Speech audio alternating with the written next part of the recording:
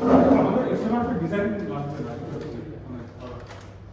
এসএমআরএফ মানে ওই ফার্স্ট আছে কি কিছুটা আছে এটাই আজকে বড় হবে আমাদের কত কথা বলছেন আজকে সহ হয়তো আমি তিনটা আরো তিনটা আজকে সহ আর কি পরে আরো দুইটা দুইটা আচ্ছা তো আমাদের আজকে টপিকটা হচ্ছে special moment frame and special share wall special share ওয়ালের অংশটুকু আমি কভার করবো না সাকিব স্যার কভার করবেন পরের ক্লাসে আমি কভার করবো হচ্ছে স্পেশাল মোমেন্ট ফ্রেমের পার্ট ঠিক আছে আচ্ছা স্পেশাল মোমেন্ট ফ্রেম আমাদের কোথায় দেওয়া লাগে সেই ডিজাইন ক্যাটাগরি ডি দিয়েছে তাই না এই স্লাইডটা বা এই লেকচারটা আসলে অনেক বড় আমি কুইকলি গো থ্রু করার চেষ্টা করব মানে যে কথাগুলো না বললেই না আরো অনেক কিছু চাইলে বলা যায় বাট হয়তো আচ্ছা আমরা এখানে সময় কতক্ষণ পাচ্ছি আমরা 2 ঘন্টার মতো তাই তো 2 ঘন্টার মতো পাচ্ছি আমি জানি না আমার শোনা যাবে না এখন পেছনে বসে না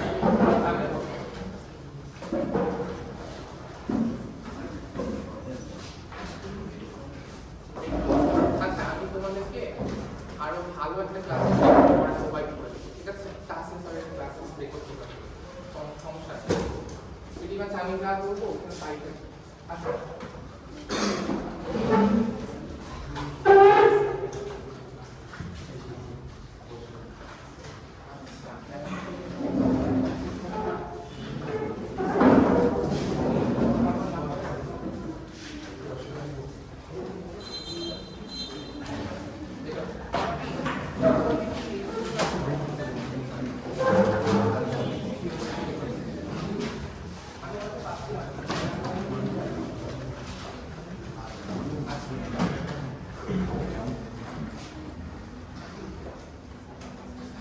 এই ছবিটা শুধু তোমরা বলছি তো ধরো আমরা কিন্তু হচ্ছে আমাদের বিল্ডিংটা ইলাস্টিক ডিজাইন করি না কেন করি না ইলাস্টিক ডিজাইন যদি করতে যেতাম তাহলে হচ্ছে আমাদের খরচ অনেক বেড়ে যেত তাই না আমরা হচ্ছে যদি ম্যাক্সিমাম ক্রেডিবল আর্ট করতো এমনভাবে ডিজাইন করতে চেতাম যে ওই আর্ট করে আসলেও বিল্ডিং কিছুই হবে না এরকম যদি করতে চেতাম আমাদের কিন্তু একদম আনইকোনমিক্যাল ডিজাইন হতো অলসো আমরা যেটা করি যে ধাপে ধাপে আমরা ধরো সিস্টেম ডিজাইন করি বি সি ডি মানে যত পরের দিকে যেতে থাকে তত কি খারাপ তাই না মানে তত আর্টের লিস্টটা বাড়তে থাকে সো আমরা যেটা করি যে আমরা এর ঠিক আগে কি শিখছিলাম ইন্টারমিডিয়েট মোমেন্ট ফ্রেম তাই না ইন্টারমিডিয়েট মোমেন্ট ফ্রেমে আমরা এমনভাবে ডিজাইনটা করেছিলাম যেন হচ্ছে অনেকটা অংশ জুড়ে ডিফ্লেকশন হয় প্লাস্টিক জোনে চলে যায় এবং বুঝতে পারতেছো যে এই যে মডুলাস অফ টাফনেস যেটা এই এনার্জি অ্যাবসর্ব করার ক্যাপাসিটিটা যেন অনেক বেশি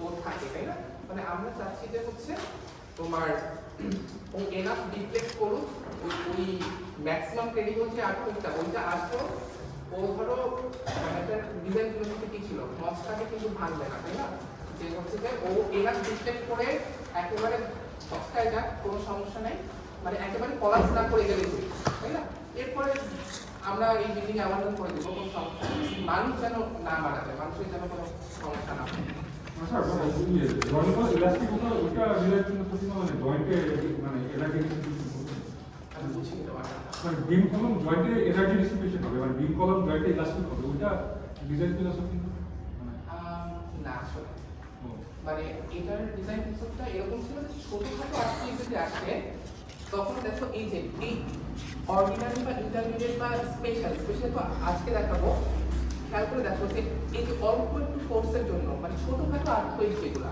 ওগুলোর জন্য ইলাস্টিক জোনেই থাকে মানে ছোটখাটো আর্টওয়েক আসলে ওই ইলাস্টিক জোনেই থাকবে এবং আর্টওয়েক পাস করলেও ওই বিল্ডিংটা কিছু হবে না এমন ভাবে ডিজাইনটা করা হয় কিন্তু যখন বড় সড়ো আর্টওয়েক আসবে তখন ও ইলাস্টিক জোন থেকে প্লাস্টিক জোনে চলে যাবে এনাফ ডিফর্মেশন হবে ওর পুরো ফ্রেম ইয়া হয়ে যেতে পারে ডিফর্ম হয়ে যেতে পারে কোনো সমস্যা নেই কিন্তু অ্যাটলিস্ট যেন কলাপস না করে আর পরে ছিল আমরা বিল্ডিংটা ইয়া করে ফেলবো ভেঙে ফেলবো কোনো সমস্যা নেই তো এটাই ছিল হচ্ছে ডিজাইন ফিলোসফি মানে ও যেন এনাফ এনার্জি অ্যাবসর্ব করতে পারে ঠিক আছে আচ্ছা এখন আমরা ইউজুয়ালি ওই সিসমিক ডিজাইন ক্যাটাগরি ডি আসলে কোথায় আসতে পারে ধরো ঢাকার মধ্যে যেখানে মাটি খারাপ মাটি ফর্মেশন খারাপ ধরো ভরাট করে তৈরি করা হয়েছে, লাইক বসুন্ধরা এলাকা বা হচ্ছে পূর্বাচলের দিকে, তাই না? ওগুলো কিন্তু সবই ফরাস মাটি না, ওগুলো কিন্তু আমাদের যে সিসমিক ডিজাইন ক্যাটাগরি এটা কিসের উপর ডিপেন্ড করে নির্ধারণ করা হয় বলতো? অকুপেন্সি ক্যাটাগরি, সাইট ক্লাস, এগুলোর উপর, তাই না? তো সাইট ক্লাস এসডি যেখানে, তাই না? এসডি কোন জায়গাগুলো? এরকম হচ্ছে ঢাকায় রেসিডুয়াল সয়েল যে জায়গাগুলোতে না, ট্রান্সপোর্টেড সয়েল, তোমার ফিল্টার সয়েল যে জায়গাগুলোতে, ওখানে তো হচ্ছে এই সাইট ক্লাসটা এসডি এর দিকে চলে যায়। তো ওইখানে হচ্ছে আমাদের সিভিল ডিজাইনগুলো চলে যেতে হয়। এছাড়াও ধরো হচ্ছে জোন 4 যেখানে, লাইক সিলেট, হ্যাঁ সিলেটে কিন্তু হচ্ছে যে তুমি সাইট ক্লাস যদি এসএও হয় তাও তোমাকে ডিজাইন করে ডিতে ডিজাইন করতে হবে। কারণ কি? ওখানে হচ্ছে আর্থকোয়েক, মানে বড়সড় আর্থকোয়েক হওয়ার সম্ভাবনা অনেক বেশি, 0.36 না জেড ভ্যালু। সো ওইটার যেহেতু হচ্ছে তোমার জেড ভ্যালুটা বেশি, আর্থকোয়েক ড্যামেজ হওয়ার চান্স বেশি, সো তোমাকে সাইট ক্লাস যাই হোক না কেন তোমাকে সিসমিক ডিজাইন করে নিতে হচ্ছে, ঠিক আছে? আচ্ছা,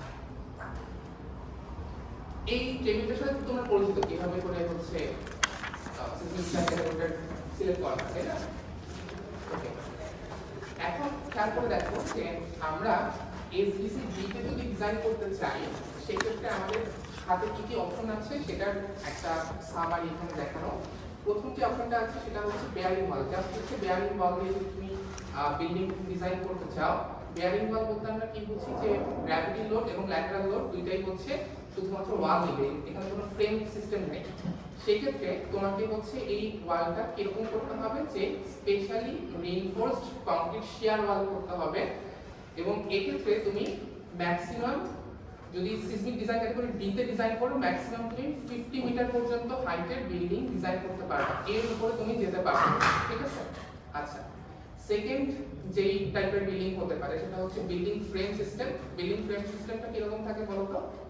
যে ফ্রেমটা হচ্ছে গ্র্যাভিটি লোড নেয় আর শিয়ার ওয়াল যেটা সেটা হচ্ছে তোমার ল্যাটারাল লোড নেয়, তাই না? তো এই বিল্ডিং ফ্রেম সিস্টেমের ক্ষেত্রে তুমি যদি স্পেশালি রিইনফোর্স কংক্রিট শিয়ার ওয়াল দিয়ে করো, স্পেশালি রিইনফোর্স আসলে কথাটা কি মিন করে এটা আমি মানে বুঝতে পারছি। মানে তো যেরকম ডিজাইন ছিল সেরকম আর হবে না, স্পেশাল কিছু একটা আছে, তাই না? আচ্ছা, এর আগে যে কথাটা বলতে হয়তো ভুলে গেছি সেটা হচ্ছে দেখো ইন্টারমিডিয়েটের থেকেও স্পেশালি এমন ভাবে ডিজাইন করা হবে যেন হচ্ছে ও আরো অনেকটুকু পর্যন্ত প্লাস্টিক ভাবে ডিফর্ম হতে পারে এবং আরো অনেকটুকু পর্যন্ত এনার্জি অ্যাবসর্ব করতে পারে, বুঝতে পারছো? এটাই হচ্ছে স্পেশাল ডিটেইলিং এর মানে বৈশিষ্ট্য, যে স্পেশাল ডিটেইলিং এমন ভাবে করা হয় যেন হচ্ছে এই ফোর্সের ভ্যালুটা হচ্ছে আমি আরো কমায় আনতে পারি, কিন্তু ওর প্লাস্টিক যে ডিফর্মেশনটা ওইটা যেন আরো অনেকটুকু পর্যন্ত হতে পারে। আচ্ছা, এই ক্ষেত্রেও দেখো যে স্পেশালি রিইনফোর্স কংক্রিট শিয়ার ওয়াল দিয়ে তুমি যদি ডিজাইন করো তাহলে তোমার ম্যাক্সিমাম লিমিটটা হচ্ছে 50 মিটারস। আচ্ছা, মোমেন্ট রেজিস্টিং ফ্রেম সিস্টেম যদি তুমি করো এবং specially reinforce concrete moment frame তুমি যদি ডিজাইন করো সেক্ষেত্রে তোমার কোড অ্যালাউ করে যে তুমি এটা হচ্ছে নো লিমিট, ঠিক আছে? তুমি চাইলে 100 তলা পর্যন্ত যেতে পারো, কোনো সমস্যা নেই। তুমি যদি প্রপারলি ডিজাইন করতে পারো এটা দিয়ে 100 তলা পর্যন্ত বিল্ডিং ডিজাইন করা পসিবল। এছাড়া দেখো আছে হচ্ছে ডুয়াল সিস্টেম। ডুয়াল সিস্টেম কি বলতো? সো ফ্রেমও থাকবে, শিয়ার ওয়ালও থাকবে। ফ্রেমও থাকবে, শিয়ার ওয়ালও থাকবে। ফ্রেমটা আবার হচ্ছে ল্যাটারাল লোডের কিছু অংশ বেয়ার করবে, তাই না? অ্যারাউন্ড 25% এর মতো বেয়ার করবে। তো এই ক্ষেত্রে তুমি যদি হচ্ছে এমন বানাও যে ফ্রেমটা হচ্ছে আইএমআরএফ, আচ্ছা তাহলে এটা কি লেখা? Special moment frames capable of resisting at least 25%। আচ্ছা, যদি তুমি এমন ভাবে বানাও যে ফ্রেমটা হচ্ছে এসএমআর এর ডিজাইন করতেছো, ঠিক আছে? ফ্রেমটা তুমি এসএমআর এর ডিজাইন করতেছো এবং সাথে শিয়ার ওয়ালও দিচ্ছ, সেই ক্ষেত্রে তোমাকে কোড পারমিট করতেছে, তোমার কোনো লিমিট নাই আর কি। তুমি চাইলে 100 তলা বানাতে পারো, কোনো সমস্যা নাই। আর লাস্টলি যে সিস্টেমটা দেখাচ্ছে যে ডুয়াল সিস্টেম, কিন্তু এক্ষেত্রে হচ্ছে ফ্রেম যে সিস্টেমটা ওইটা আইএমআরএফ, বাট শিয়ার ওয়ালটা হচ্ছে স্পেশালি রিইনফোর্স কংক্রিট শিয়ার ওয়াল, ঠিক আছে? এসএমআরএফ শিয়ার ওয়াল ডিজাইনিং করছে, সেই ক্ষেত্রে তোমার আবার লিমিট হচ্ছে 50 মিটার। মানে ফ্রেম সিস্টেমটা কিন্তু আমি আইএমআরএফ করছি, বাট শিয়ার ওয়াল দিয়ে হচ্ছে আমি মানে এক্সট্রা সাপোর্ট দিচ্ছি 8 মিটার। সো এই ক্ষেত্রে হচ্ছে আমার কোড একটা লিমিট সেট করে দিয়েছে যে 50 মিটারের উঁচু আমি বিল্ডিং বানাতে পারবো না। তো বাংলাদেশে ইউজুয়ালি দেখা যায় কি এই অপশনে চলে যায়, মানে এসএমআর এর ডিজাইন করতে গেলে আসলে বিম বাগানের সাইজ অনেক বড় বড় হয়ে যায়। তো দেখা যায় কি বাংলাদেশের ক্ষেত্রে এরকম এসডিসি ডি তে যখন বিল্ডিং ডিজাইন করা হয় তখন বেশিরভাগ ক্ষেত্রে ফ্রেম সিস্টেমটা তৈরি করা হয় আইএমআরএফ ডিটেইলিং দিয়ে, আর স্পেশালি রিইনফোর্স কংক্রিট শিয়ার ওয়াল ডিজাইন করা হয়, ঠিক আছে। তো এর ফলে হচ্ছে মোটামুটি 50 মিটারের নিচে বিল্ডিং চাইলে ডিজাইন করে ফেলা যায়। 50 মিটার অ্যারাউন্ড কত তলার মতো বলো তো? 3 দিয়ে যদি ভাগ দাও 3 দ্বারা 39 4 কত হয়? 16-17 তলার মতো, তাই না? 16-17 তলার বিল্ডিং পর্যন্ত তুমি ডিজাইন করতে পারছো, সো নট ব্যাড। আচ্ছা স্যার এখানে হচ্ছে ফ্রেম সিস্টেম আর ডুয়াল সিস্টেম আর ডিফারেন্ট সিস্টেম মানে বলতে তো ফ্রেম সিস্টেমে তো শেয়ার ফ্রেম সিস্টেমে শিয়ার ওয়াল থাকে, কিন্তু ফ্রেম সিস্টেমে তোমার ফ্রেমটা কোনো ল্যাটারাল লোড দেয় না, ফুল ল্যাটারাল লোডটা শিয়ার ওয়াল দেয়। আর ডুয়াল সিস্টেমে হচ্ছে ল্যাটারাল লোডের 30% अराउंड 25% এর মতো হচ্ছে ফ্রেমে আসে, বুঝছো? আর লাস্ট দুটো ডিফারেন্স হচ্ছে লাস্ট দুটো ডিফারেন্স হচ্ছে এটা ফ্রেমও এসএমআর ফ্রেম আছে কিন্তু এখানে হচ্ছে ফ্রেমটা আইএমআরএফ। মানে ফ্রেম যেহেতু এসএমআরএফ করছো এখানে নো লিমিট, বাট এখানে ফ্রেম যেহেতু আইএমআরএফ করছো এখানে 50 মিটারের লিমিট, বুঝছো? আচ্ছা এখানে জাস্ট একটা কাইন্ড অফ সামারি আছে। ও আরেকটা বিষয় সেটা হচ্ছে দেখো এই যে আমি যেটা বলছিলাম মানে ওই যে 8 পেজের ক্লাসটা তো আমি নিয়েছিলাম রেসপন্স রিডাকশন ফ্যাক্টর আর দিয়ে যে আমরা ভাগ করি না, ভাগ করে কি করি আমরা বলতো ইলাস্টিক থেকে প্লাস্টিক রেঞ্জে নামায় আনি। তো এগুলো দেখো তুমি ছবি দেখে বুঝতেছো অর্ডিনারির জন্য আর এর ভ্যালু যেটা হবে ইন্টারমিডিয়েট ক্ষেত্রে আর এর ভ্যালু একটু বেশি হবে, এসএমআরএফ করতে গেলে আর এর ভ্যালু কিন্তু আরো বেশি হবে, ঠিক আছে? ওই যে ওই টেবিল থেকে মনে আছে আর এর ভ্যালু কি করতাম দেখো যে এসএমআরএফ আর এর ভ্যালুটা বেশি। আচ্ছা এখানে হচ্ছে সামারি যেগুলো বললাম যে এসডিসি সি এর সাথে এসডিসি ডি এর পার্থক্য কি, এই ছবিগুলো আমাদের পরিচিত। আচ্ছা আমাদের একটু তাড়াতাড়ি আগে হবে কারণ এই স্লাইডটা অনেক বেশি বড়। এখন আসে হচ্ছে বিএমএসি 2020 এর প্রভিশন অনুযায়ী আমাদের আইএমআরএফ ডিজাইনের ক্ষেত্রে তোমরা সর্বোচ্চ কতগুলো লোড কম্বিনেশনের জন্য ডিজাইন করছিলে, এই লোড কম্বিনেশনগুলো ইউজ করছিলে আর তোমরা ইটাপসেও এখানে কয়টা লোড কম্বিনেশন ছিল? अराउंड 23টার মতো কম্বিনেশন ছিল। এখন বিষয়টা হচ্ছে যে আমরা এসডিসি সি বা এসডিসি বি তে চিন্তা করি কি আট তৈরি করো একটা ডাইরেকশন থেকে আসছে, লাইক এক্স ডিরেকশন বা ওয়াই ডিরেকশন। দেখো ইএক্স যেখানে আছে ইওয়াই সেখানে নেই, আবার ইওয়াই যেখানে আছে ইএক্স সেখানে নেই। কিন্তু বাস্তব ক্ষেত্রে তুমি যদি চিন্তা করে দেখো যে আট তৈরি কিন্তু একটা সিঙ্গেল ডাইরেকশনে আসার চান্স খুবই কম। এমন ভাবে আসবে যে হয়তো বা ডায়াগোনালে আসছে বা ও হয়তো বা দিক চেঞ্জ করছে। সো এই ক্ষেত্রে যেটা করা হয় যে এসডিসি ডি তে যখন আমরা যাচ্ছি স্পেশাল সিসমিক ডিটেইলিং যখন আমরা করতেছি তখন আমরা ধরে নিচ্ছি যে ধরো ইএক্স যদি আমার মেইন কম্পোনেন্ট হয় সাথে ইওয়াই এর 30% আসবে, ইওয়াই যদি আমার মেইন কম্পোনেন্ট হয় সাথে আমার ইএক্স এর অ্যাটলিস্ট 30% আসবে। সো এখানে তাহলে লোড কম্বিনেশন কিছু চেঞ্জ হবে, কিছু অ্যাড হবে, ঠিক আছে? অ্যাড করার পর সিসমিক ডিজাইন ক্যাটাগরি বি তে যেটা হয় দেখো EX এর আমার যে লোড কম্বিনেশন ছিল তার সাথে এই 30% EY আসছে, আবার এখানে কি করা হয়েছে ওইটা নেগেটিভটা নেওয়া হয়েছে, ঠিক আছে? এরকম করে করে আবার 8টা লোড কম্বিনেশন ইনক্রিজ হয়েছে। দেখো একটা হচ্ছে 1.2 ডেড লোডের যে কম্বিনেশনগুলো ছিল চারটা, ওই চারটা বেড়ে 1.2 ডেড লোড কম্বিনেশনের যেটা ছিল ওই চারটা বেড়ে হচ্ছে এখানে 8টা হয়ে গেছে, মানে এখানে চারটা অ্যাড হয়েছে। আর 0.9 ডেড লোডের যে অংশটুকু ছিল সেখানে আরো 4টা অ্যাড হয়েছে, ফলে হচ্ছে এখানে আরো 8টা হয়ে গেছে। হ্যাঁ এই পোরশনটাতে 8টা হয়ে গেছে। সো ইন টোটাল ইনক্রিজ হয়েছে 8টা। হ্যাঁ 23 প্লাস 8 কত হবে? 31। মুখস্থ করা লাগবে না, যদি পরীক্ষায় আসে তোমাদেরকে দিয়ে দেওয়া হবে। আর ই ট্যাক্সে হচ্ছে তোমাদের এই লোড কম্বিনেশনগুলো নতুন করে ইনসার্ট করতে হবে, বুঝতেছো তাই না? নতুন করে হচ্ছে তোমাদের লোড কম্বিনেশন দিতে হবে এই ট্যাক্সে। আচ্ছা 31টাই দিতে হবে। হ্যাঁ 31টার মধ্যে কোনটা আসলে ব্যবহার করবে তুমি জানো না। ইট্যাক্স দিয়ে তুমি এটাই করতেছো যে ইট্যাক্স হচ্ছে 31টা লোড কম্বিনেশনে চেক করবে, চেক করে তোমাকে বলবে যে কোনটা ক্রিটিক্যাল, কোনটাকে ফেল করার চান্স বেশি, তুমি তখন ওইটাকে চেক দিবা, বুঝছো? তো সেটা অটোমেটিক হয় না ওই যে সি এর মতো? কিন্তু না, এসডিসি সি তে কি তোমরা 23টা ম্যানুয়ালি দিছো না? অটোমেটিক। আচ্ছা তাইলে হচ্ছে যে আমি একটু বলেছিলাম তাইলে হচ্ছে যে তোমার ইট্যাক্স এর ম্যানুয়ালি ওই অটো যখন তোমরা দাও এই 23টা হচ্ছে বিল্ডিং থাকে, কিন্তু এসডিসি বি এর জন্য যখন তুমি ডিজাইন করতে যাবা তখন হচ্ছে তোমাকে ম্যানুয়ালি ইনপুট দিতে হবে 31টা। বিএডিসি 1 2 3 করে 31টা তোমাকে ইনপুট দিতে হবে। এটা একটু হেক্টিক।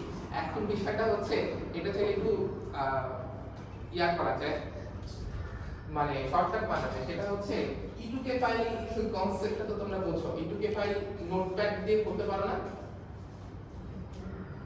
আচ্ছা, তোমাদেরকে দেখানো হয়নি। আচ্ছা, একটু পরে দেখাচ্ছি।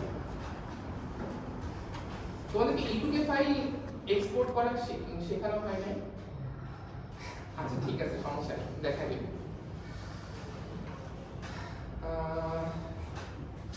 সমস্যা হচ্ছে আমার যেটা ল্যাপটপ, উইন্ডোজ ল্যাপটপ, ওটা হচ্ছে ভেঙে চলে শেষ হয়ে গেছে। আমি ম্যাকে আছি, তো এখন ম্যাকে হচ্ছে আমার ইটাপস চলে না। তো তোমাদের কারো কি ল্যাপটপ আছে ইটাপস? ওকে, তুমি একটু পরে, মানে আমি যখন ক্লাসটা মেইন থিওরি শেষ করবো, তুমি একটু আইসো, আমি তোমার ল্যাপটপ থেকে দেখাই দিব। আচ্ছা, তাহলে হচ্ছে আমাদের ইন টোটাল লোড কম্বিনেশন এখন কয়টা দাঁড়ালো? 31টা। হ্যাঁ, এই 31টা হচ্ছে এখানে সামারি হিসেবে দেখানো আছে যে এসডিসি সি তে 23টা ইউজ করছিলাম, এসডিসি ডি তে এখন 31টা লোড কম্বিনেশন পেয়েছি। এখন দেখো, আচ্ছা এই অংশটুকু হচ্ছে সাকিব স্যার কভার করবেন, উনি যখন শেয়ার আওয়াজ করাবেন। এখন দেখো পারফরম্যান্স অবজেক্টিভ এখানে একটু লেখা আছে যে ইন্টারমিডিয়েট কিভাবে আমরা কি চাইতাম যে বিম কলামে অ্যাটলিস্ট শিয়ার ফেলিওর হবে না, আমাদের ফেলিওর যেটা হবে সেটা হচ্ছে ফ্লেক্সারাল ফেলিওর হবে। ফ্লেক্সারাল ফেলিওর কেমন, যে বিম ডিফ্লেক্ট করবে অ্যাডিকুয়েট তোমাদের। আচ্ছা, মানে আরেকটা সেকশন আবার এখানে ক্লাস ছিল, তো আমি কনফিউজ হয়ে যাচ্ছি এরকম লাগছে। আচ্ছা, শিয়ার ফেলিওরটা আমরা অ্যাভয়েড করতে চাই, ফ্লেক্সারাল ফেলিওর চাই। এবং ফ্লেক্সারাল ফেলিওরের জন্য হচ্ছে আমি কি করতাম, আন্ডারনিং স্ক্রিন ডিজাইন করতাম না, যেন হচ্ছে আমরা অ্যাডিকুয়েট ওয়ার্নিং পাই না, এনাফ যেন ডিফ্লেকশন হয়, আমরা যেন অ্যাডিকুয়েট ওয়ার্নিং পাই বিফোর ফেলিওর। এখন আমরা হচ্ছে প্রথম ইয়া ছিল শিয়ার ফেলিওর অ্যাভয়েড করতে, কারণ শিয়ার ফেলিওর হচ্ছে ক্যাটাস্ট্রফিক সাডেন ফেলিওর, তাই না? তো আমরা কিরকম ফেলিওর চাইতাম, যে প্লাস্টিক হিঞ্জ ডেভেলপ করবে বিম কলামের জয়েন্টের কাছাকাছি, ঠিক আছে? প্লাস্টিক হিঞ্জ ডেভেলপ করবে, এনাফ ডিফ্লেকশন হবে, আমরা সাফিসিয়েন্ট ওয়ার্নিং পাবো, দেন হয়তো বা অ্যাক্টিভ ওয়ার্নিং যখন নিতে পারবে না তখন গিয়ে হয়তো বা কলাপস করবে, ঠিক আছে? আচ্ছা, অর্ডিনারি মোমেন্ট ফ্রেম, এটা তো তোমরা বুঝোই যে এখানে হিঞ্জ মানে কি জয়েন্ট? হিঞ্জ মানে যেটা বোঝাচ্ছি, আচ্ছা একটু পরে ছবি দেখালে ভালো বুঝবা, আসতেছি হিঞ্জের কথাটা আসছে। এখন স্পেশাল মোমেন্ট ফ্রেম যে কথাটা আমরা বলছি, বা স্পেশাল মোমেন্ট ফ্রেমের যে পারফরম্যান্স অবজেক্টিভ, সেটা হচ্ছে প্রথমত কলামকে খুব স্ট্রং হতে হবে। যাই হোক, দুনিয়া উল্টায় যাক, মানে যত আর্টকে আসুক, হিস্টোরিক্যালি আমরা ম্যাক্সিমাম আর্টকে নিয়ে কাজ করি, ওই ম্যাক্সিমাম আর্টকে কাজ করি যেন হচ্ছে কলাম যেন দাঁড়ায় থাকে। কলাম ফিল করলে তো পুরো বিল্ডিং কলাপস করবে, তাই না? সো স্ট্রং কলাম হতে হবে। হ্যাঁ, আচ্ছা, স্টোরি মেকানিজম অ্যাভয়েড করতে হবে। স্টোরি মেকানিজম কোনটা? ছবিটা করতে, ছবিটা আগে ছিল, একটু দাঁড়াও, ছবিটা মনে হচ্ছে আগে কোথাও ছিল।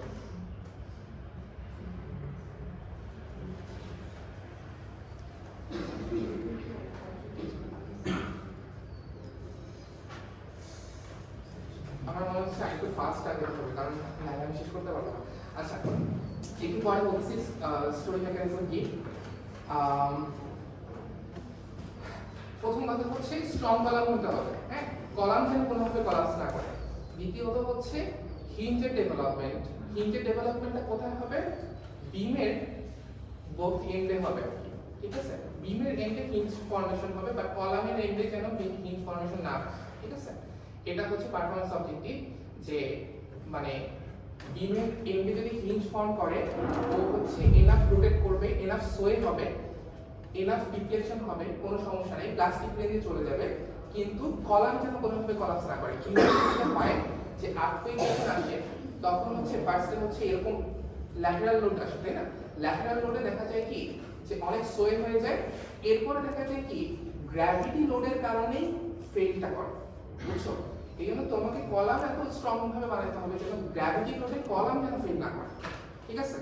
এনাফ ডিফ্লেকশন হোক, কোনো সমস্যা নেই, বিল্ডিং পুরো মচকায় যায়, কিন্তু কলাম যেন ফেল না করে। হিঞ্জের ডেভেলপমেন্ট শুধু বিমের এন্ডে হবে। আচ্ছা, মেম্বারের শিয়ার স্ট্রেংথ ওইভাবে করে ডিজাইন করতে হবে যেন শিয়ার ফেলিওর না হয়। শিয়ার ফেলিওর হচ্ছে sudden failure, brittle failure. So তুমি শিয়ার ফেলিওর একদম অ্যাভয়েড করতে পারবে না। জয়েন্ট তোমাকে প্রপারলি ডিটেইলিং করতে হবে।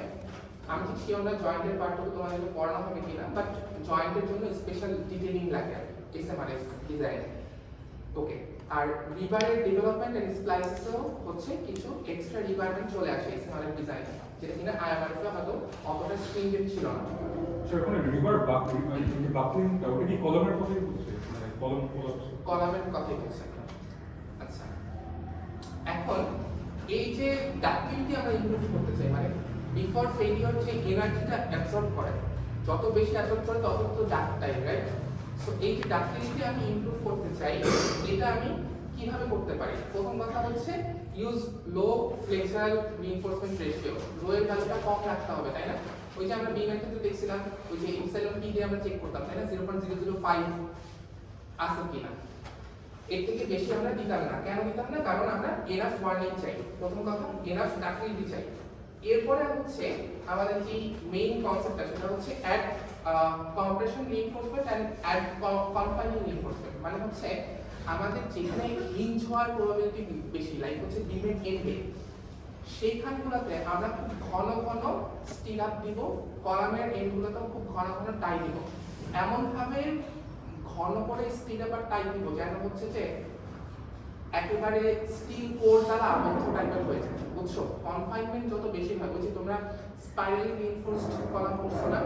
স্পাইরালি রিইনফোর্সড কলামের বৈশিষ্ট্য কি বলতো? যে তুমি এত বেশি ঘন ঘন করে হচ্ছে টাইটা দিছো যে ওটা একটা কনফাইনিং এফেক্ট আছে, তাই না? তো কনফাইনিং এফেক্টের কারণে কি হয় মনে আছে? স্ট্রেন যেমন বেড়ে যায়, একই সাথে যে ডাক্টিলিটিও বেড়ে যায়। কি মনে আছে? ডাক্টিলিটি বা স্ট্রেনের ভ্যালুও বেড়ে যায়, স্ট্রেন নেওয়ার ক্যাপাসিটিও বেড়ে যায়। মনে আছে কিনা এরকম? স্যার এত ঘন করে দিলে আবার কনক্রিটের ওই যে অ্যাগ্রিগেট গুলো তো ওর মধ্যে যাইতে পারবে না, মানে ঘন করে দিব ঠিক আছে, বাট ওই অ্যাগ্রিগেটের ওই ম্যাক্সিমাম সাইজ ইয়া করে মেনটেন করে দিব। লাইক 4 ইঞ্চি দিব, অ্যাগ্রিগেটের সাইজ তোমার 2 ইঞ্চি বেশি হয় না, তাই না? ওইটা যেন বসতে পারে সেইভাবে করে দিব, সমস্যা নেই। আচ্ছা, এখন দেখো যে ওই তুমি হচ্ছে কনফাইনমেন্টটা প্রপারলি দিতে পারো, সেক্ষেত্রে হচ্ছে তোমার স্ট্রেন যেমন ইনক্রিজ করে, ডাক্টিলিটিও অনেক বেশি ইনক্রিজ করে এবং আরো বেশি ডাক্টাইল একটা পারফরম্যান্স পাই। বিফোর ফেলিওর আমরা প্লাস্টিক জোনে অনেক বেশি ঢুকতে পারি আর কি। আচ্ছা, এখন এই যে কনফাইনিং স্টিলটা তুমি দিচ্ছ, এই কনফাইনিং স্টিলের ফাংশন কি কি? প্রথমত শিয়ার স্টিল হিসেবে কাজ করে, শিয়ার রিইনফোর্সমেন্ট হিসেবে কাজ করে। এছাড়া তোমার বাকলিং থেকে প্রিভেন্ট করে, মেইন রিইনফোর্সমেন্ট যেন হচ্ছে বাকল করে বাইরে বের না হয়ে যায়। এছাড়া হচ্ছে বন্ড স্প্লিটিং ফেলিওর যেন না হয় সেটা এনশিওর করে। আচ্ছা, বন্ড স্প্লিটিং ফেলিওর সামনে আসতেছে, জিনিসটা কি? এখন দেখো এসএমআরএফ বিমে আমরা ঢুকি, বিমের ডিজাইন যে তোমরা আইএমআরএফ বিমের জন্য না এসএমআরএফ বিম কিভাবে ডিজাইন, এখান থেকে তোমাদের অ্যাসাইনমেন্টের অংশটুকু শুরু। দেখো এখানে অনেক কিছু বিএনবিসি প্রভিশনে এরকম খুব শক্ত কথায় লেখা আছে, বাট ছবির মাধ্যমে আমরা খুব ভালো বুঝতে পারি। দেখো বিম যখন তুমি বানাচ্ছ, বিমটাকে অবশ্যই তোমার 10 ইঞ্চি সমান বা তার থেকে বড় দিতে হবে। 10 ইঞ্চি নিচে বিম বানানো যাবে না, 250 মিলি মানে 10 ইঞ্চি। এবং লার্জার অফ 0.3h, h কি দেখো? ডেপথ। ডেপথ যদি h হয় 0.3h এর সমান অথবা তার থেকে বড় বিমের সাইজ নিতে হবে, ঠিক আছে? বিমের উইডথ হইতে হবে প্রথম রিকোয়ারমেন্ট। এই টোটাল এটা হচ্ছে বিমের উইডথটা, h হচ্ছে total depth, not effective depth, ঠিক আছে? h হচ্ছে টোটাল ডেপথ। আচ্ছা, এটা বুঝলাম। দেন হচ্ছে দেখো বিম মানে তোমরা কি দেখো, কলামের থেকে তো ছোটই হয়, তাই না? বিম কলাম জয়েন্টে যখন বিমটা আসছে তখন এই যে কলামের থেকে ছোটই হচ্ছে না বিম, বাট আমাদের এসিআই কোড অ্যালাউ করে যে বিম চাইলে কলামের থেকে বড় হতে পারে। কতটুকু বড়? যে দেখো কলামের ডাইমেনশন এদিকের ডাইমেনশন যদি C1 হয়, তাহলে ওই পাশের ডাইমেনশনটা কত? C2, তাই না? C2টা হচ্ছে ওই ডাইমেনশনটা যেখানে বিমটা কানেক্টেড, বুঝতেছো? এখন এখানে বলতেছে যে C2 এর সাথে আরো 1.5 টাইমস C1 পর্যন্ত বিমের সাইজটা হইতে পারে, বুঝছো? C2 তো ওই পাশের ডাইমেনশনটা, C2 পর্যন্ত তুমি বিম দিতে পারবাই, তার সাথে আরো 1.5 টাইমস C1 পর্যন্ত তুমি চাইলে বিমের সাইজটাকে বাড়াইতে পারবা, এক্সটেন্ড করতে পারবা, ঠিক আছে? এটা একটু বেখাপ্পা লাগতেছে শুনতে, কারণ তোমরা কখনো চোখে দেখো নাই হয়তো বা, মানে ইউজুয়ালি বিম হচ্ছে কলামের থেকে ছোট হয়, বাট এটা এসিআই কোড অ্যালাউ করে, ঠিক আছে? আরেকটা জিনিস হচ্ছে যে 3C2 থেকে সমান অথবা কম হইতে হবে, ঠিক আছে? C2 হচ্ছে ওই পাশে ডাইমেনশনটা যেখানে বিমটা কানেক্ট হচ্ছে, ওই ডাইমেনশনের 3 গুণের থেকে ছোট হইতে হবে। আচ্ছা, এটা গেল হচ্ছে বিমের সাইজের রিকোয়ারমেন্ট। এখানে আরো কিছু জিনিস বলা, দেখো কলাম টু কলাম ক্লিয়ার ডিসটেন্সটা কিন্তু 4D এর থেকে 4D এর সমান অথবা বড় হইতে হবে। তার মানে কি ইফেক্টিভ ডিপ হচ্ছে D, তাহলে 4 × D যে লেগটা, ওই লেগটার থেকে তোমার বড় হইতে হবে এই স্প্যানটা। এছাড়াও তোমার ফার্স্ট স্টিরাপটা ওই যে 2 ইঞ্চি দূরে দেয়, এগুলো তো তোমরা জানো। আচ্ছা, এখানে দেখো এটা হচ্ছে এসিআই কোড। এই যে দেখো, এটা একটু খেয়াল করবা হেডলাইনটা, এটা হচ্ছে বিএনবিসি প্রভিশন। এটার সাথে সাথে এসিআই কোডের প্রভিশনগুলো এখানে দেখানো আছে, হ্যাঁ? তো আমরা মেইনলি বিএনবিসিটা ফলো করব। এসিআইটা আরো আপডেটেড কোড, আমাদের এসিআইটা ফলো করার প্রয়োজন নাই, আমরা বিএনবিসিটাই ফলো করব। তো এখানে দেখো যেটা বলতেছে যে, আচ্ছা কলামের পরে আসছি, এখানে এটা আসলে কলামের রিকোয়ারমেন্ট। আই থিঙ্ক আমি এসিআই কোডটা চাইলে স্কিপ করতে পারি, আমরা জাস্ট বিএনবিসি পড়লেই হচ্ছে। সো এই পার্টিকুলার আসছে, এখান থেকে ডাইমেনশনগুলো তোমরা নিবে, ঠিক আছে? প্রথমত। দ্বিতীয়ত হচ্ছে এখানে দেখো BNBC provision for SMRF beams flexural requirement. Flexural যে স্টিল দিবা সেটার রিকোয়ারমেন্টটা কিভাবে তুমি সেট করবা। দেখো তোমার এখানে যে মোমেন্ট আসছে, প্রথমত এই স্টিলের একটা মিনিমাম রিইনফোর্সমেন্ট রেশিওর রিকোয়ারমেন্ট আছে। ওই যে তোমাদের ছিল না 3√FC'/Fy, তারপর 200/Fy, এগুলো মিনিমাম ছিল না? ওরকম হচ্ছে মিনিমাম রিকোয়ারমেন্ট আছে, যেটা বড় আসবে সেটাকে তোমার দিতে হবে মিনিমাম লো, ঠিক আছে? মিনিমাম রিইনফোর্সমেন্ট রেশিও একটা রিকোয়ারমেন্ট আছে। এছাড়া ম্যাক্সিমামের একটা রিকোয়ারমেন্ট আছে, এর থেকে তোমাকে কম দিতে হবে অবশ্যই রিইনফোর্সমেন্ট রেশিও। এখন আইএমআরএফ এর ক্ষেত্রে ম্যাক্সিমাম রিইনফোর্সমেন্ট রেশিও বিমে কত হতে পারতো মনে আছে? 4% এর মতো। এখানে করে দিচ্ছে সেটা 2.5%। তার মানে কি আমি রড কমায় আনছি, তার মানে আমি আরো ডাক্তারি ডিজাইন করতেছি। এবং কলামের ক্ষেত্রে আইএমআরএফ এর ম্যাক্সিমাম কত দিতে পারতাম? 8% না, এসএমআরএফ এ দেখবা এটা 6% হয়ে গেছে। মানে আমি রিইনফোর্সমেন্টের পরিমাণটা কমায় আনছি, কেন হচ্ছে আরো ডাক্তারি বিহেভ করে। আচ্ছা, এখানে দেখো তাহলে ম্যাক্সিমাম রিইনফোর্সমেন্ট রেশিওটা হতে পারে 2.5%, হ্যাঁ? 4% থেকে কমে 2.5% করে দিচ্ছি। আচ্ছা, এবার দেখো ওই যে মনে আছে মোমেন্টের ফলে যে করেসপন্ডিং স্টিল আসে, ওই স্টিলের ক্যালকুলেশনটা আমরা জানি, কোনো সমস্যা নেই। স্টিলের ক্যালকুলেশন করার পরে ধরো তোমার এখানে আসছে হচ্ছে 3 ইঞ্চি স্কয়ার স্টিল, সেক্ষেত্রে তোমার বটমে হয়তো খুব বেশি স্টিল আসবে না। কেন আসবে না? কারণ মেইনলি তো এই নেগেটিভ মোমেন্টটা কভার করে, তাই না এখানে?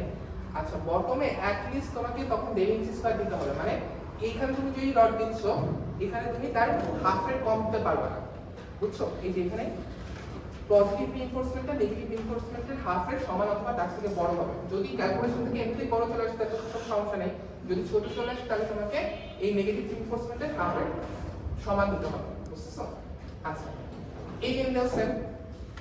অলসো আইএমআরএফ একটা ডিজাইন রিকোয়ারমেন্ট ছিল, মনে আছে যে কোনো এন্ডে কোনোখানেই ম্যাক্সিমাম যে রিইনফোর্সমেন্টটা আসে সেটার 1/5 এর কম দেওয়া যাবে না, এটা মনে আছে? এরকম একটা রিকোয়ারমেন্ট ছিল।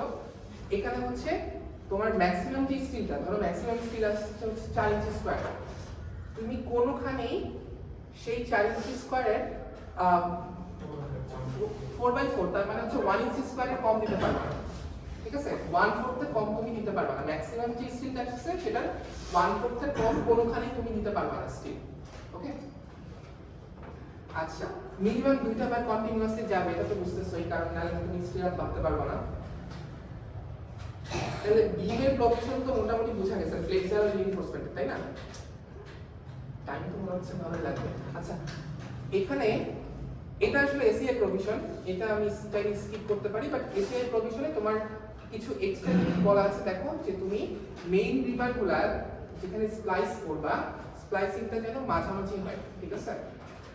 এটা হয়তো বা বিএনবিসি তো ওইভাবে করে দেখায় না, কিন্তু এসিআই কোড বলতেছে এটা তোমার কমন সেন্স থেকে আসা উচিত। যেখানে হিঞ্জ ডেভেলপ করার কথা সেখানে তুমি স্প্লাইস করবা না, তাহলে তো ওইটা ইয়া হয়ে যাবে, তাই না? সমস্যা করতে পারে। তো ওখানে ফেল করার চান্স বেশি থাকতে পারে। সো তুমি হচ্ছে স্প্লাইসিং যদি করো তাহলে বিমের স্প্যানের মাঝামাঝি করবা, এন্ডের কাছাকাছি করবা না। স্যার এখানে হিন্স ডেভেলপমেন্ট আমি বুঝিনি, ও মানে ওকে আসলে এটা আসলে হচ্ছে যে তোমার মানে এটা ছবিটা থাকলে খুব ভালো হতো। এটা ছবিটা কেন থাকে আমি বুঝতেছি না। কারণ এই স্লাইডে একটা ছবি থাকার কথা ছিল। কাগজ ছিল আহ, কি যে কোথায়? হিন্স ডেভেলপমেন্ট হ্যাঁ হিন্স ডেভেলপমেন্ট, বাট ছবিটা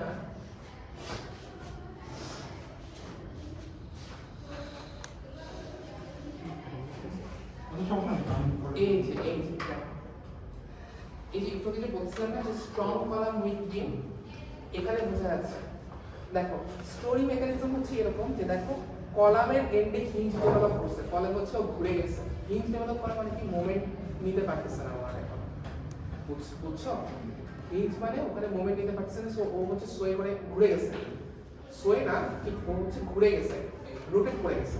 সো রোটেট করে গেলে কি হবে দেখো, এইগুলা ঠিক আছে কিন্তু ও এরকম রোটেট করে চিৎপটা হয়ে গেছে, ঠিক আছে? এটা এই স্টোরি মেকানিজম কিন্তু মাঝামাঝি কোথাও হইতে পারে। তুমি যদি কলাম প্রপারলি ডিজাইন না করো, দেখা যাবে যে উপরেও ঠিক আছে নিচেও ঠিক আছে, মাঝামাঝি কোনো স্টোরি মেকানিজমে এরকম শুয়ে গেছে, বুঝছো? এটা হচ্ছে স্টোরি মেকানিজম। এই জন্য তোমাকে কলাম এমনভাবে ডিজাইন করতে হবে যেন কলাম স্ট্রং হয়, কলাম যেন এইভাবে করে চিৎপটা না হয়, ঠিক আছে?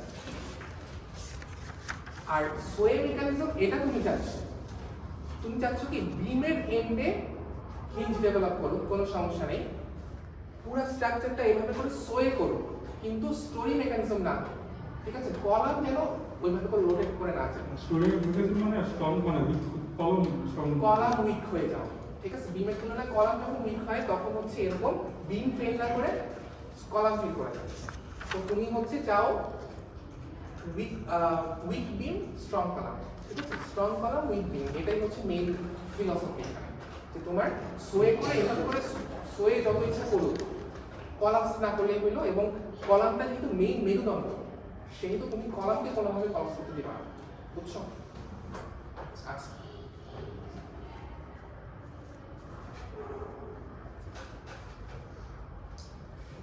ওকে।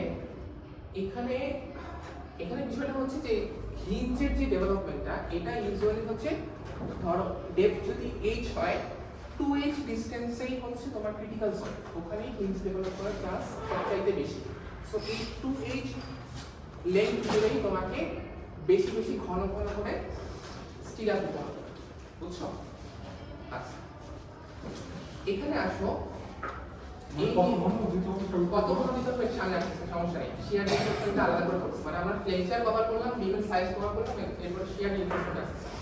এখন দেখো এই অংশটা একটু বোঝানোটা একটু কঠিন হবে।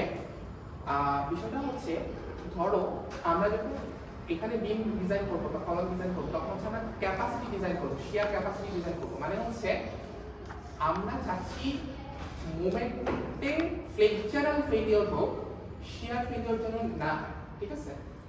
এখন আমরা যেটা করি যে মোমেন্ট যেটা ম্যাক্সিমাম নিতে পারবে আমার বিম বা কলামটা, সেটা আসলে কিসের উপর নির্ভর করে, আমি কতটুকু রিইনফোর্সমেন্ট দিচ্ছি তার উপর। এখন সেই মোমেন্টের করেসপন্ডিং যে শিয়ারটা হবে, সেই শিয়ারে যেন এই জিনিসটা ফেল না করে যায়, সেটা আমরা এনশিওর করি, বুঝতেছো? আমি চাচ্ছি মোমেন্টের ফেলিওর, ফ্লেক্সারাল ফেলিওর হোক, ঠিক আছে? এখন আমি যেভাবে করে ডিজাইনটা করব সেটা হচ্ছে ফ্লেক্সারাল ফেলিওর যতটুকু মোমেন্টের কারণে হয়, অতটুকু মোমেন্ট যদি আসে, ওই লোডটার করেসপন্ডিং যে শিয়ারটা, সেই শিয়ারে যেন ওর শিয়ার ফেলিওর না হয়ে যায়, বুঝছো? ওর যেন পুরোপুরি ফ্লেক্সারাল ফেলিওর হয়, ঠিক আছে? এই ক্ষেত্রে তোমার যেটা করা হয়, তুমি চিন্তা করে দেখো, আমি একটু কি বললাম, বিমের দুই এন্ডে হচ্ছে হিঞ্জ ফরমেশনটা হয়ে থাকে। ধরো সোয়ে হইতে হইতে একদম হিঞ্জ ফরমেশন হয়ে গেছে তোমার বিমের দুই এন্ডে, তখন এরকম একটা কন্ডিশন হবে, দেখো কাইন্ড অফ একটা সিটি সাপোর্টেড বিমের মতো কন্ডিশন হবে না? জাস্ট হচ্ছে ওটা গ্র্যাভিটি লোডটা ধরে রাখছে, হ্যাঁ? ও কিন্তু এখন ফিক্সড নাই, মানে ওর হিঞ্জ ফরমেশন হয়ে গেছে দুই পাশে। তাহলে আবার মোমেন্ট নিচ্ছে কিভাবে? এখানে হচ্ছে তোমার মানে এটা একদম ফেলিওর কন্ডিশন আর কি, মানে ওই যে আমি বললাম না ফ্লেক্সারাল ফেলিওরটা আমি চাই একদম ফেলিওরের সময় যেই ঘটনাটা ঘটবে ওইটা আমি ক্যালকুলেট করতেছি। লাইক এটা ইউজুয়াল কেস না, ইউজুয়ালি তো আমার ফিক্স থাকবে, ঠিক আছে? কিন্তু লোড নিতে নিতে নিতে তো একসময় ওর হিঞ্জ ফর্মেশন যখন হয়ে যাবে তখন ঘটনাটা এরকম হবে, বুঝছো? একদম ফেইলিওর কন্ডিশনটা নিয়ে আমি চিন্তা করতেছি। এই ফেইলিওর কন্ডিশনের করেসপন্ডিং শিয়ারটা যেন আমি আটকাইতে পারি, সেটা হচ্ছে আমার টার্গেট। ওকে, এখানে তুমি খেয়াল করে দেখো মোমেন্টের যে ইকুয়েশনটা একটু চেঞ্জ হয়েছে। নরমালি মোমেন্টের ইকুয়েশনটা কি ছিল? ASFY b - a/2, ঠিক আছে? কিন্তু এখানে একটা 1.25 আসছে। 1.25টা কেন আসছে? কারণ হচ্ছে দেখো এরকম পর্যায়ে যখন আমি নিয়ে যাচ্ছি, লাইক সোয়ে হইতেছে, হিঞ্জ ফর্মেশন হয়ে যাচ্ছে, তখন আর তোমার স্টিলের ইল্ডটা কিরকম হয়? ইল্ডটা যে ধরো এরকম করে একটা পোর্শন থাকে, দেন ওর একটা আর প্লাস্টিক ডিফর্মেশন হইতে হইতে আলটিমেট লোডের দিকে চলে যায়, তাই না? তো আমাদের আইএমআরের ডিজাইন পর্যন্ত হচ্ছে ইল্ড পয়েন্টটা নিয়ে আমাদের মাথায় ছিল। ইল্ড স্ট্রেংথ পর্যন্ত আমি চিন্তা করতাম, লাইক 60 কেএসআই ডট কেসি ইল্ড আমি একদম 60 কেএসআই পর্যন্ত পাইলেই হচ্ছে আমি খুশি, ঠিক আছে? এরপর আমার কোনো মাথা ব্যথা নাই। কিন্তু আমি যখন এত প্লাস্টিক ডিফর্মেশন অ্যালাউ করতেছি, তখন এই ইল্ড পয়েন্টের পরে গিয়ে কতটুকু ডিফর্ম হয়ে আলটিমেট পর্যন্ত কতটুকু লোড নিতে পারতেছে, সেটাও আমার একটা মাথা ব্যথা হয়ে যায়, ঠিক আছে? এটাও আমার একটা কনসার্ন আছে। কারণ কি, ও এখন ডিফর্ম করতে করতে ইল্ড পার্ট হয়ে প্লাস্টিক জোনে ঢুকে যাবে, বুঝছো? ফেলিওরের সময়, এখন ফেলিওর কন্ডিশনটা যদি তুমি চিন্তা করো, ও কিন্তু এখন ইল্ডের মধ্যে বসে থাকবে না, ও ইল্ড হইতে হইতে একদম প্লাস্টিক জোনে চলে যাবে। এই যে মেকিং হয়, স্ট্রেন হার্ডেনিং হয়, তাই না? ওই জোনেও চলে যাবে। তো ওই অবস্থাতে গিয়ে তখন আমার যে প্রবেবল মোমেন্টটা হবে সেটাকে আমি অ্যালাউ করতেছি যে এই Fy এর 1.25 টাইমস হতে হবে। মানে এটাকে আমি একটু উল্টা করে বলি, তোমরা কি এটা জানো যে এই যে আলটিমেট লোডটা 60 কেএসআই রডের ক্ষেত্রে ইউজুয়ালি 1.25 টাইমস অফ Fy হয়। এরকম কি তোমরা পড়ছো? মানে আমরা হচ্ছে কত ইয়েটা এটা ম্যাক্সটা হচ্ছে বেশি। আচ্ছা, এই আলটিমেট লোডটা যে ইল্ড পয়েন্টের থেকে বেশি আসবে সেটা তো বুঝতেছো, তাই না? আচ্ছা, এখন আমাদের সিসমিক ডিটেইলিং এর ক্ষেত্রে রডটাকে এমন ভাবে চেঞ্জ করতে হয় যেন ইল্ড স্ট্রেংথের তুলনায় আলটিমেট যে স্ট্রেংথটা আছে সেটা যেন অ্যাট লিস্ট 1.25 টাইমস থাকে, বুঝছো? যদি তুমি খুব হাই স্ট্রেংথ স্টিল নাও, সেটা কিন্তু এনশিওর করা যায় না। খুব হাই স্ট্রেংথ স্টিল কিন্তু ফেলিওরটা ব্রিটল ক্যারেক্টারিস্টিক্সের দিকে চলে যায়। আমি কি বুঝাতে চাচ্ছি বুঝছো কিনা জানি না। ধরো তুমি এটা ধরো 60 কেএসআই রডের জন্য আমি আঁকলাম, হ্যাঁ? যদি তুমি 70 কেএসআই এ চলে যাও বা 72 কেএসআই এ চলে যাও, তখন হবে কি জানো? এভাবে করে করে ইল্ড পর্যন্ত অনেকটুকু যাবে, ও হয়তো বা 72 পর্যন্ত যাবে, কিন্তু ওর হঠাৎ করে ফেলিওর হয়ে যাবে, বুঝছো? মানে এত সুন্দর ইল্ড প্লাটো পাবে না, এবং তোমার আলটিমেটটা তুমি ইল্ডের 1.25 টাইমস পাবে না। ওকে, সো এই কারণে তোমার যদি এসবিসি ডি তে তুমি ডিজাইন করো, দেখা যাবে যে তোমাকে 72 গ্রেড স্টিল কোড অ্যালাউ করে, ঠিক আছে? 60 গ্রেড পর্যন্ত তুমি অ্যালাউ, কারণ 60 গ্রেড স্টিলটার বৈশিষ্ট্য হচ্ছে এরকম যে তোমার প্লাস্টিক রেঞ্জে গিয়ে আলটিমেট স্টিলটা 1.25 টাইমস এর মতো হয় ইল্ডে, হ্যাঁ? তুমি কিন্তু প্লাস্টিক রেঞ্জ নিয়েও মাথা ব্যথা করতেছো, তুমি এমন ভাবে ডিজাইন করতেছো যে ওই আর্টওয়ার্কটা যখন আসবে তখন প্লাস্টিক রেঞ্জে চলে যাবে, তখন তোমার এই প্লাস্টিক রেঞ্জে কি হচ্ছে, এই পাশে কি হচ্ছে, এটাও তোমার একটা মাথা ব্যথা, ঠিক আছে? সো তুমি হচ্ছে 60 কেএসআই পর্যন্ত ডিপার ইউজ করতে অ্যালাউড, যেন এনাফ ডিফর্মেশন তুমি দিতে পারো। ওকে, আচ্ছা, ওইখানে গিয়ে তোমার মোমেন্টটা হচ্ছে তোমার অ্যারাউন্ড 1.25 টাইমস দা ইউজুয়াল মোমেন্টের যে ইকুয়েশনটা ASFY b - a/2। আমি আসলে এই জন্যই বলছিলাম যে এই জিনিসটা একটু বোঝানো কঠিন হবে, মানে লাইক একটু আইডিয়া দিতে পারছি তো নাকি, যে একটু আইডিয়া তো পাচ্ছি যে কেন 1.25 টাইমস হলো। কারণ তুমি এখন কি হচ্ছে Fy আর বসে নাই, তুমি Fu এর দিকে চলে গেছো, তার মানে তুমি আরো লোড পাচ্ছ, তার মানে Fy টাইম, মানে তুমি যদি এভাবে চিন্তা করো AS Fu b - a/2 ultimate load, তাহলে আলটিমেট লোড কি 1.25 টাইমস Fy, সো এই কারণে 1.25 চলে আসছে। স্যার ওখানে 72 তো মানে এমনিতে আলটিমেটে যেতে পারে, তাই না? আলটিমেট যেতে পারে, জি স্যার, হবে স্যার, এটাই ডিটেইল হয়ে যাচ্ছে। জি স্যার, মানে 1.25 হবে আর কি, হ্যাঁ। কোড বলছে স্যার, ওইটাই স্যার। ও আর একটু আলোচনা এক্সটেন্ড করতে চাচ্ছে না এই আর কি। আচ্ছা ঠিক আছে, এখানে যেটা করা হয় যে তোমার শিয়ার ক্যাপাসিটিটা কিভাবে বের করা হয়, যে ধরো এই সিঙ্ক সাপোর্টেড লোডের মতো কন্ডিশনটা দেখলাম, ঠিক সিঙ্ক সাপোর্টেড বলা যাবে না, মানে ফেলিয়ারের যে লোডিং কন্ডিশনটা, এই লোডিং কন্ডিশনে তোমার শিয়ারটা ক্যালকুলেট করা হয়, লাইক দুই পাশে যে মোমেন্ট জেনারেট হচ্ছে এই দুটো মোমেন্টের যোগফল ডিভাইড বাই লেন্থ, এটা শিয়ার দিবে না তোমাকে, শিয়ারের অ্যামাউন্টটা দিবে তোমাকে, আর হচ্ছে ইউজুয়াল লোডিং এর কারণে যেই শিয়ারটা আসছে সেই শিয়ারটা হচ্ছে এই W ln বাই 2, ঠিক আছে। এই যে শিয়ারটা মানে একদম ফ্লেক্সারাল ফেলিয়ারের কন্ডিশনে ওই পয়েন্টটাতে যে শিয়ারটা জেনারেট হচ্ছে, এই শিয়ারের জন্য হচ্ছে আমি ডিজাইন করব যে এই শিয়ারে যেন ফেল না করে, ঠিক আছে। শিয়ার ফেলিয়ার আমি চাচ্ছি না, আমি ফ্লেক্সারাল ফেলিয়ার চাচ্ছি। ওকে, এখানে এই ট্রায়াঙ্গুলার হয়ে গেল কিভাবে? ট্রায়াঙ্গুলার হয়ে গেল কিভাবে, বিষয়টা হচ্ছে যে তোমার দুই পাশে কিন্তু মোমেন্ট সেম হবে না, তাই না? দুই পাশে মোমেন্ট সেম হবে না, এই কারণে যদি কোনো এক পাশে বড় হয় সেক্ষেত্রে ওই পাশটা এরকম ট্রাপিজয়েডাল হয়ে যাবে, এই পাশে মোমেন্ট যদি বড় হতে তাহলে ওই পাশে ট্রাপিজয়েডাল হবে, বুঝছো? আচ্ছা, এখানে আসলে হচ্ছে স্টিরাপে চলে আসি। তোমার স্টিরাপের কোশ্চেন সেটা হচ্ছে, দেখো এসএমআর এর ডিটেইলিং এ স্টিরাপের ডিটেইলিং প্রায় আয়রনের মতোই না। এই যে স্পেসিংটা 2h পর্যন্ত দূরত্ব, যেটা যেখানে হিঞ্জ ফর্মেশন হওয়ার চান্স সবচেয়ে বেশি, সেখানে তোমাকে একটু বেশি ঘন ঘন দিতে হবে। কত ঘন ঘন? প্রথমত d/4, ইফেক্টিভ ডেপথের 1/4, এই কিন্তু স্মলেস্ট লংজিটিউডাল বার ডায়ামিটার, এগুলো তোমরা পড়ছো না? এগুলো কি জি স্যার, এগুলো আচ্ছা দরকার নাই। 300 মিলিমিটার মানে কি অ্যারাউন্ড কত 12 ইঞ্চির মতো।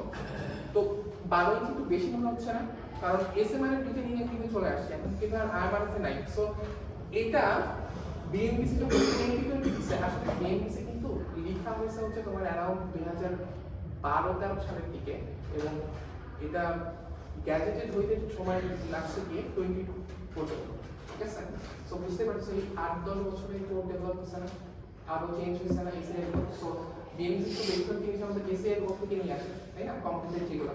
সো এসিআই কোডে কিন্তু এটা 300 মিলিমিটার নাই, এটা কিন্তু হচ্ছে অর্ধেক হয়ে গেছে, 150 মিলিমিটার হয়ে গেছে। আমি তোমাদেরকে রিকমেন্ড করবো যে আমরা সবকিছু বিএমসি ফলো করতেছি, ঠিক আছে, বাট এইটাকে তোমরা 150 মিলিমিটার করো, 300 মিলিমিটার করো না, এটা টু মাচ আর কি। 12 ইঞ্চি এটা হওয়ার কথা না, এটা তো গভর্ন করে না তখন। হ্যাঁ, এটা কখনো গভর্ন করে না, বাট স্টিল আমার মনে হয় না এটা 12 ইঞ্চি লেখা উচিত। হ্যাঁ, আমাকে যখন তাসিম স্যার পড়াইছিল তখন উনিও বলছিলেন যে এটা একটু অতিরিক্ত, আই গেস এটা তোমরা 150 মিলিমিটার ধরে 6 ইঞ্চি ধরো, ঠিক আছে। আচ্ছা, এখন বিষয়টা হচ্ছে যে এখানে বলছে হুক কথাটা মানে কি, স্টিরাপ আর হুকের পার্থক্য কি? স্টিরাপ হচ্ছে আমরা শুধুমাত্র শিয়ার রিইনফোর্সমেন্টের জন্য দিই, তাই না, শিয়ার ঠেকাই, যে ওই যে শিয়ার 45 ডিগ্রিতে হয় ওটাকে ঠেকাই দিচ্ছে হচ্ছে আমার স্টিলের লেগগুলা। এখন হুক যেটা মিন করতেছে, হুক হচ্ছে শিয়ার রিইনফোর্সমেন্ট হিসেবে কাজ করবে, তার সাথে কনফাইনমেন্ট হিসেবেও কাজ করবে। ঘন ঘন করে যেটা দেওয়া হয় সেটাকে আলাদা হুক বলছে, আর কিছু না, লাইক শিয়ার রিইনফোর্সমেন্টের মতোই। ওকে, এখানে আর কি দেওয়া, মানে stirrup kind of stirrup actually, but এটা একটু ঘন ঘন করে দেওয়া হয়, আর কিছু না। আমি আর কোনো পার্থক্য পাইনি আসলে হুক আর স্টিরাপের মধ্যে। ওকে, তাহলে 2h দূরত্বের পরে গিয়ে তুমি চাইলে d/2 তে স্পেসিং দিতে পারো। আর এখানে তোমার স্টিরাপ যে তুমি বাঁধতেছো সেটার রিকোয়ারমেন্ট ওই আগের মতো, 6 ইঞ্চির বেশি হয়ে গেলে তোমার মাঝেটাও ধরতে হবে, 6 ইঞ্চির কমে থাকলে তুমি অল্টারনেটিভ বার করতে পারো, ঠিক আছে। ওইভাবে করে তোমার ডিজাইনটা, এগুলো তোমার আগের মতো, ঠিক আছে। 3 ইঞ্চি এক্সটেন্ড করে দেওয়া হয়, বা 6 ইঞ্চি। ওকে, এখন বিমের transverse reinforcement either close two percent, okay, এগুলো আমি অলরেডি বলে ফেলেছি।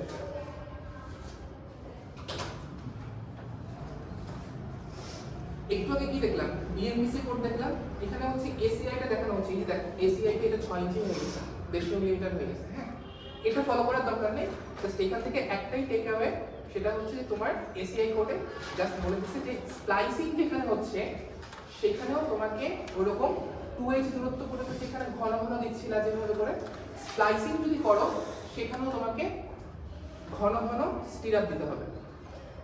ওকে। তো আগে তো 2H পর্যন্ত স্প্লাইসিং মানে বিম একটা ছিল। প্রথম কথা, তুমি 2H এর মধ্যে স্প্লাইসিং অবশ্যই করবা না। হিঞ্জ জোনে তুমি স্প্লাইসিং করবা না। স্প্লাইসিং করলে তুমি মাঝামাঝি করবা। মাঝামাঝি তুমি যদি স্প্লাইসিং করো, সেক্ষেত্রে এই যে স্প্লাইসিং জোনটা আছে সেখানেও তোমাকে এই ঘন ঘন স্টিরাপটা দিতে হবে। আচ্ছা আমি বলছিলাম আগে একটা স্প্লাইসিং এর জিনিস ছিল, মানে এটাও মানে একটা ডিফারেন্স ছিল। আগে একটা স্প্লাইসিং এর কথা বলছিলাম। আচ্ছা, ওইটা আসলে ওখানে 2H এর আচ্ছা আচ্ছা, ওইটা হচ্ছে ফ্লেক্সারেলের জন্য দেখাইছিলাম। ও। এটা হচ্ছে শিয়ার হচ্ছে। আচ্ছা, এটাও কি বিএনবিসিতে ইউজ করবো? এটা বিএনবিসি তে আলাদা করে দেখানো নাই। সো আমরা এটা নেগলেক্ট করতে পারি, কিন্তু যদি তুমি প্র্যাকটিক্যালি ডিজাইন করতে গিয়ে দেখো যে তোমাকে স্প্লাইসিং করতে হচ্ছে মাঝামাঝি কোথাও, সেক্ষেত্রে তোমার উচিত যে এখানেও ঘন ঘন হুক দিয়ে দাও। ঠিক আছে, জাস্ট এটা মাথায় রাখার জন্য। বিএনবিসি তে নাই, but you should do this. আচ্ছা, মানে স্যার স্প্লাইসিংটা 2H এর পরে করবে। হ্যাঁ হ্যাঁ, মাস্ট। তুমি তুমি কখনোই হিঞ্জ জোনের মধ্যে বা 2H জোনের মধ্যে কখনোই তুমি স্প্লাইসিং দিবা না, প্রথম কথা। দ্বিতীয় কথা হচ্ছে স্প্লাইসিং যদি তুমি মাঝামাঝি দাও, সেই জোনটাতেও তোমাকে ঘন ঘন স্টিরাপ দিতে হবে।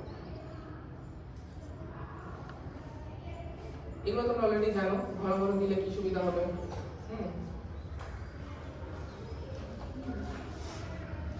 আচ্ছা, এখানে কি দেখানো হচ্ছে যে হিঞ্জের যখন ডেভেলপমেন্টটা হয়, তখন হচ্ছে তোমার ধরো ওই যে খুব বড় ধরনের যখন ল্যাটারাল লোড চলে আসে, তখন কি হয় জানো? ফার্স্টে হচ্ছে কংক্রিটের চারপাশে যে খোলসটা আছে না, খোলস বলতে বোঝাচ্ছে যে কংক্রিটের খোলসটা আর কি।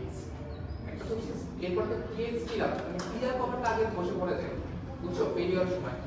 সো ক্লিয়ার কভারটা যদি ধসে পড়ে যায়, তখন এরকম একটা কন্ডিশন হবে না। কিন্তু তুমি এখন কি করছো বলো তো? স্টিরাপ দিয়ে বা হুক দিয়ে একদম কনফাইনমেন্টের মতো স্টিল কোরের মতো তৈরি করছো না, বুঝছো? স্টিল দিয়ে একটা কোরের মতো তৈরি করছো।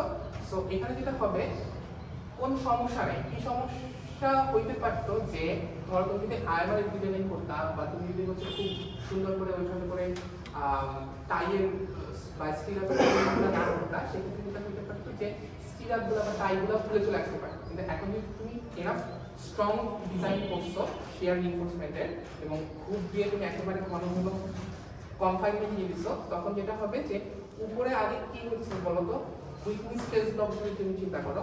আগে হচ্ছে উপরের কংক্রিট থেকে কম্প্রেশন জোনটা শুরু হয়েছিল, এখন যেটা হবে জাস্ট উপরের কংক্রিটটা যে ধসে পড়ে গেছে, এইখান থেকে শুরু হবে আর কি।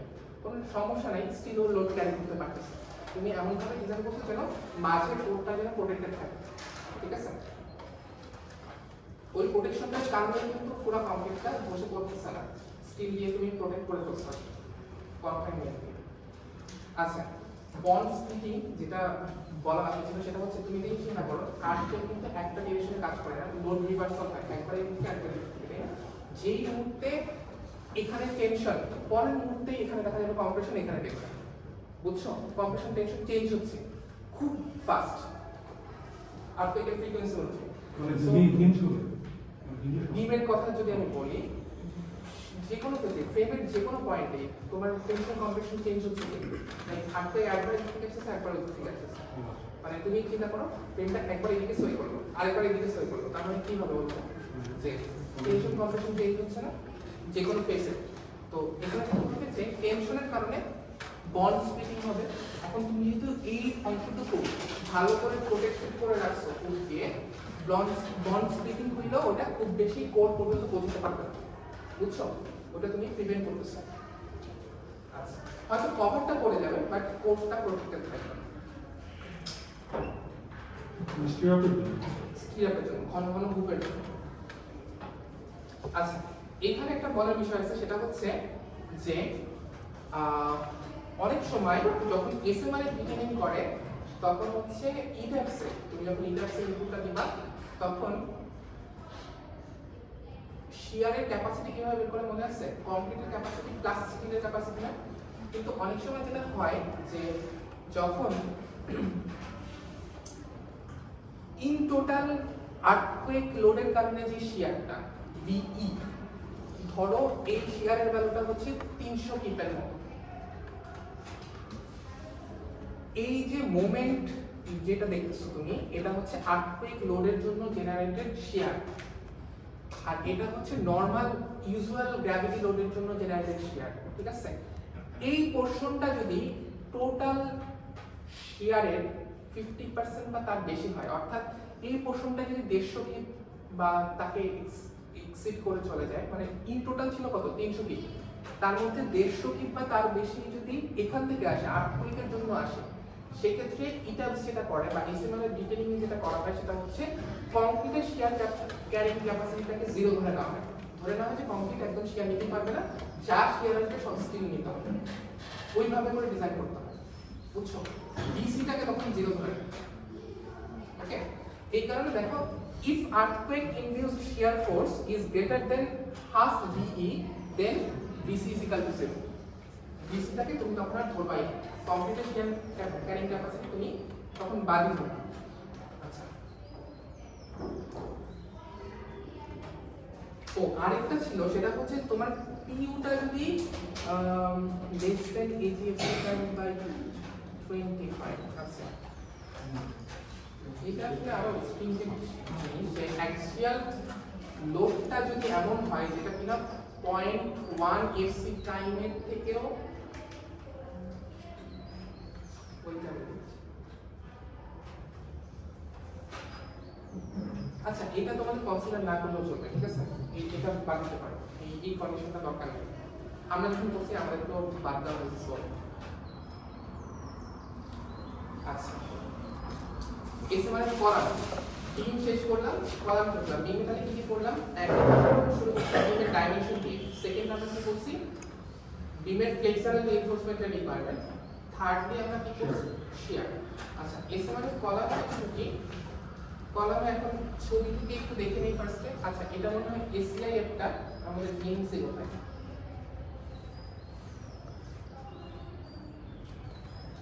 আচ্ছা, বিএনপিসির ছবিটা আসলে খারাপ, আমরা বিএনপিসির গুলাই এসিআই এর সুন্দর ছবি থেকে করি, ঠিক আছে? প্রথম কথা, কলামের একটা অ্যাসপেক্ট রেশিও মেইনটেইন করতে হবে।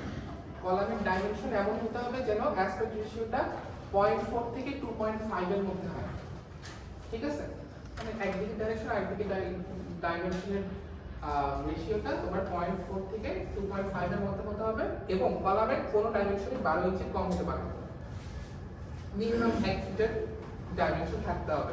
আগে কিন্তু করে 10 ইঞ্চিও আলাদা, ঠিক আছে?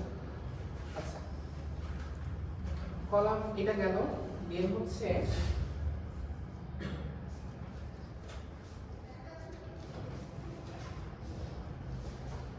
এখানে ওটাই দেখানো, দেখো যে কলামের কোনো ডাইমেনশন 12 ইঞ্চি কম হতে পারবে না, প্লাস অ্যাসপেক্ট রেশিও যে 0.4 থেকে 2.5 মধ্যে থাকতে হবে। দেন আরেকটা জিনিস এখানে দেখানো আছে যে সেম ভাবে তুমি যদি স্প্লাইসিং করতে চাও সেক্ষেত্রে কি করতে হবে, কলামের মাঝামাঝি করতে হবে, কারণ কলামের দুই এন্ডে হিঞ্জ হওয়ার প্রবাবিলিটি বেশি। সো তোমাকে কলাম স্প্লাইসিং করলে অবশ্যই কলামের মাঝামাঝি কাটতে হবে, এবং কাটলে সেটা কিরকম কাটতে হবে বলতো? তোমার এ টাইপ বি টাইপ এরকম করছিল না বন্ড ল্যাঙ্গুয়েজ পার্টে, মনে আছে? কারণ যে তুমি যখন রড কাটবা তখন 50% এর বেশি কোথাও কাটতে পারবা না। মানে ধরো এখানে তুমি যখন রড কাটবা, ধরো তোমার রডের তো একটা লিমিট আছে, কত মিটার পর্যন্ত হয় বলতো? 40 মিটারের মতো হতে পারে না? 40 মিটার তো বেশি বললাম, সরি 40 ফিটের একটা লিমিট আছে। মানে তোমার ইনফাইনাইট লেন্থে রড তো আর নিয়ে আসা হয় না, তাই না, ম্যানুফ্যাকচার করে।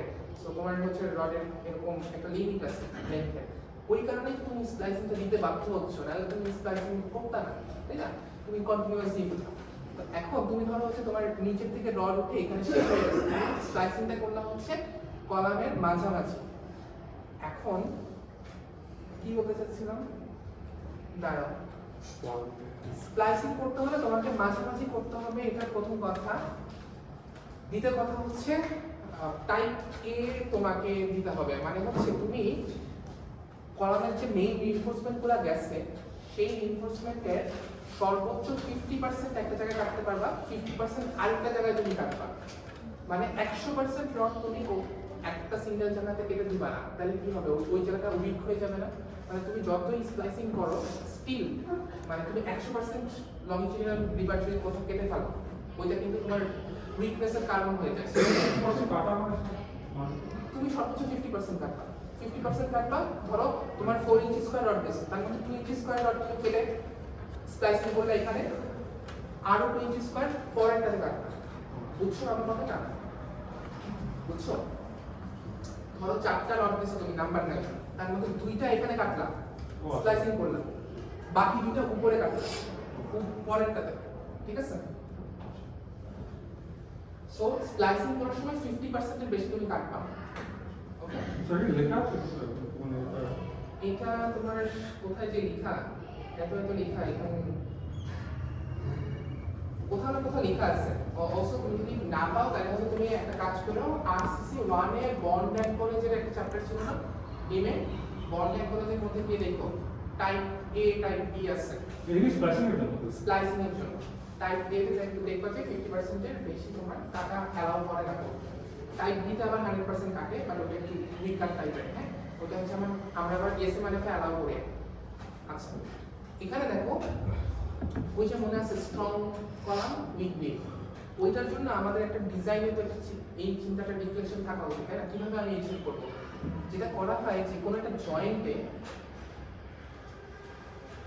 বিম যতটুকু মোমেন্ট নিতে পারবে তার 1.2 টাইমস মোমেন্ট যেন কলাম নিতে পারে, এমন ভাবে ডিজাইন করা হয়। লাইক ফেলিওর হলে আগে বিমে হবে, যেন কলাম ফেল না করে, বুঝতেছো?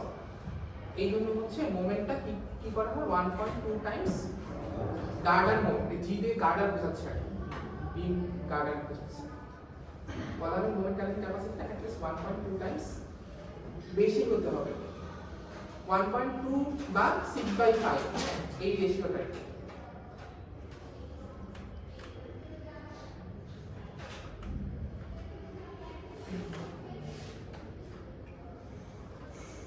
এখানে দেখো ওই দেখানো আছে যে একটা জয়েন্টে ধরো এটা একটা বিম, এটা একটা বিম, এটা তো কলামের পোরশন। সো কলামের যে মোমেন্ট টপ এন্ড বটমে সেটার যোগফল must be greater or equal to 6/5 times of এই বিমের মোমেন্ট এটা। বুঝছো? Can be ignored at roof level. এই যে কন্ডিশনটা, এই কন্ডিশনটা তুমি সব ফ্লোরের জন্য খাটাবে, বাট রুফ লেভেলে তুমি চাইলে ইগনোর করতে পারো। কারণ কি, রুফ লেভেলে আবার উপরে তো কলাম থাকে না, গার্ডার ঠিকই আছে বাট উপরে কলামটা নাই, তাহলে মোমেন্টের গ্যাপ কমে যাচ্ছে না। সেক্ষেত্রে হচ্ছে রুফের ক্ষেত্রে এটা মেইনটেইন করাটা পসিবল হয়।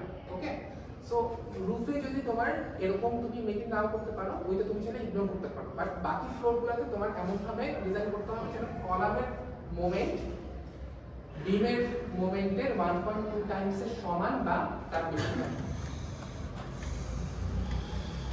এই দেখো 6% রডের রিকোয়ারমেন্টটা এখানে চলে আসছে, এখন আর তুমি 8% রড দিতে পারবে না কলামে। ওকে, স্যার কি বললাম আসলে 8%? ওই যে আয়রনকে তুমি সর্বোচ্চ 8% পর্যন্ত দিতে পারতা, এটা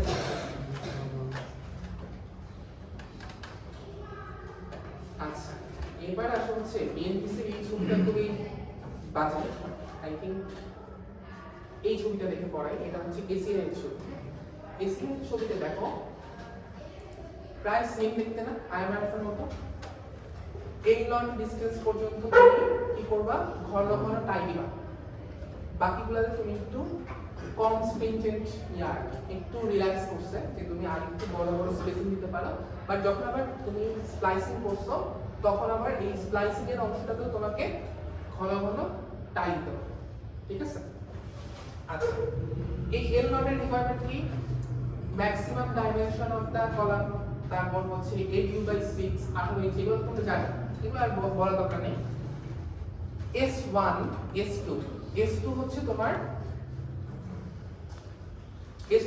যে বড় যে স্পেসিংটা তুমি দিতে পারো, ওই এল নট থেকেও দূরে যখন চলে যায় তখন একটু বড় স্পেসিং দেওয়া যায়, ওটা হচ্ছে S2। আর S1টা কি, যে ঘন ঘন যে স্পেসিংটা তুমি দিচ্ছ, ঘন ঘন যে টাইটা তুমি দিচ্ছ সেটা স্পেসিং।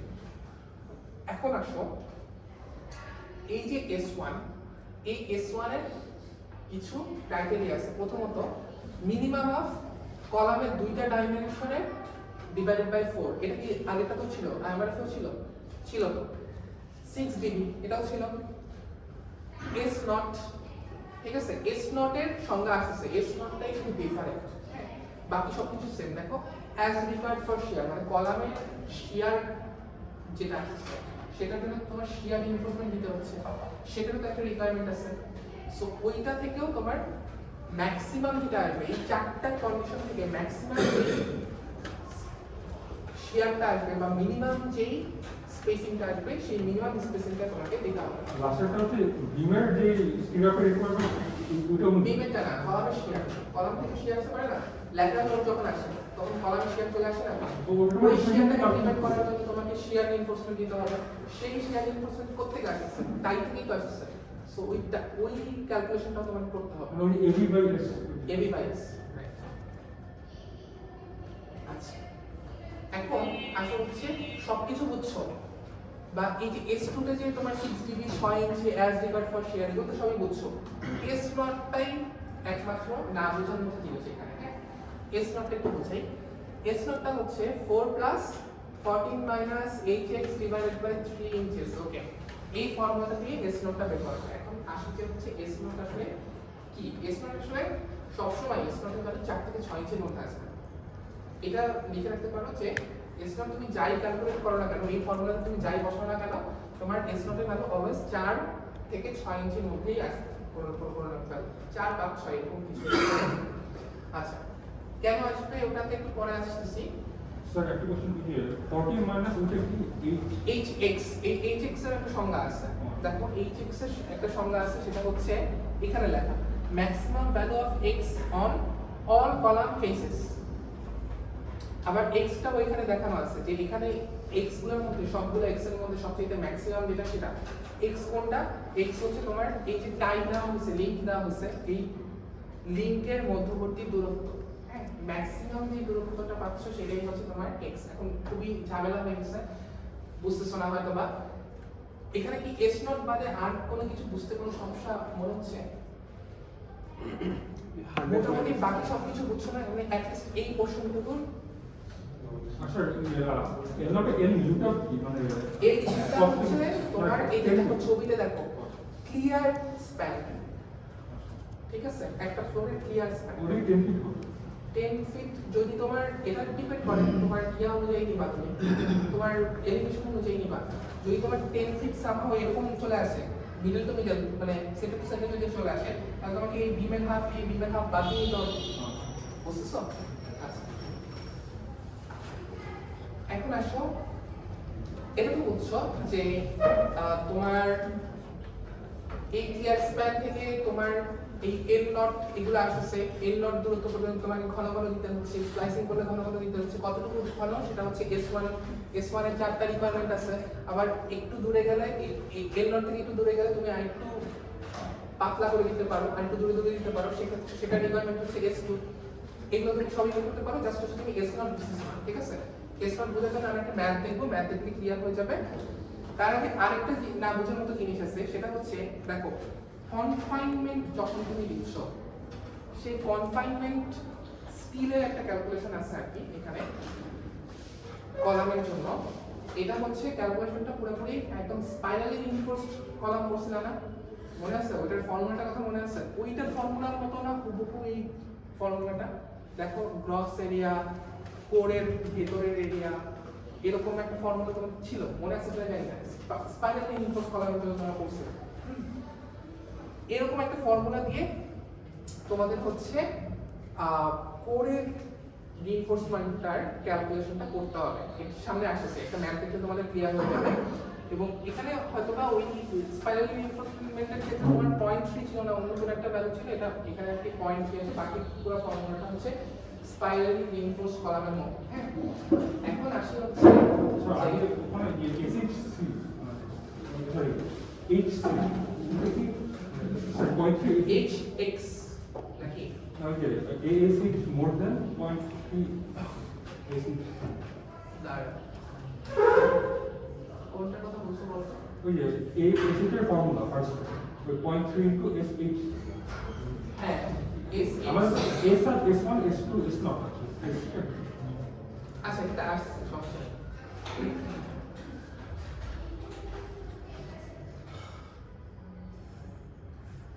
কি ক্লাস কি বেশি বড় হয়ে যাচ্ছে? স্যার মানে কুইজে যেগুলো স্যার ইম্পর্টেন্ট ওগুলো একটু আগে দেখে দেন স্যার। হ্যাঁ, আমি সেটাই করতে চেষ্টা করি। সরি একটা কথা ওই এখানে সেন্টার হাফটা ওই মানে একদম বাউন্ড করে এই পেনশন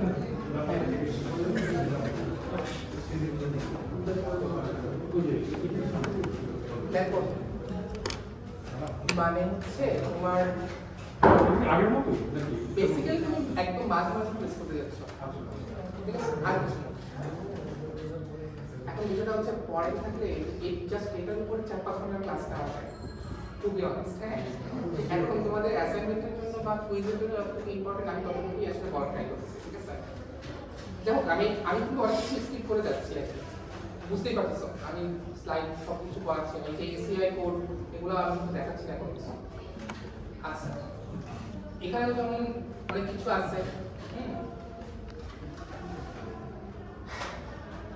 এগুলো কি দেখাবো? এখানে লেখাই আছে যে নিউ এসিআই কোড কোডের লেখা বাট নট ফর আস, ঠিক আছে? এসিআই কোড অনেক স্ট্রিংজেন্ট, বুঝছো? এখানে তোমার এসিআই কোডে এখন নতুন করে একদম বলা যে তোমার 10,000 পিএসআই এর বেশি যদি কমপ্লিট হয় অথবা কম্প্রেশন ফোর্সটা অ্যাক্সিয়াল কম্প্রেশন যে ভ্যালুটা কলামে সেই ভ্যালুটা যদি 0.3 AgFC প্রাইমকে এক্সিড করে যায় সামহাও এসএমআরএফ ডিটেইলিং এর ক্ষেত্রে তোমাকে প্রতিটা বার ধরতে হবে। দেখো এখানে তুমি তাও কি করতেছিলা 6 ইঞ্চির কম দূরত্ব যেগুলো ছিল এগুলোর ক্ষেত্রে অল্টারনেটিভ ধরতে পারতেছি না, বাট নতুন এসিআই করে তোমাকে বলতেছে এটা যদি সামহাও এরকম হয়, এটা কিন্তু হবেই, কারণ কি তোমার পুরো কলাম কি মেইনলি কম্প্রেশন করবে, ওই কম্প্রেশন ধরো 3000 পিএসআই কমপ্লিট তুমি ইউজ করছো, ওটার মধ্যে 1000 পিএসআই অ্যাটলিস্ট আসবে না কলামে? আসবে তো। সেটা আসলে তোমাকে বলতেছে এসএমআরএফ ডিটেইলিং এ তোমাকে সবগুলা বার করতে হবে। এগুলো হচ্ছে নতুন এসিআই করে একদম ফুল স্ট্রিংজেন্ট হয়ে গেছে, জাস্ট দেখানো, বাট আমরা এটা ফলো করবো না, আমরা আমাদের ওল্ড কোডেই স্টিক করতেছি। আচ্ছা, কলামের ডিজাইন শিয়ার, ওকে, এই যে একটু কিন্তু তুমি কোশ্চেন করলে না যে কলামের শিয়ারটা কোথেকে আসছে, কলামের শিয়ারটা ছোট করে বলে দিই, এটা তোমাদের ডিএটি ক্যালকুলেট করা লাগবে না, ইন্ডেক্স ক্যালকুলেট করতেছে। সেটা হচ্ছে প্রথমত ল্যাটারাল লোড এসেছে না কলামে, আর্থকুইক লোড তো আসছে, ওই ল্যাটারাল লোডের জন্য একটা শিয়ার আসবে কলামে। এছাড়া তোমার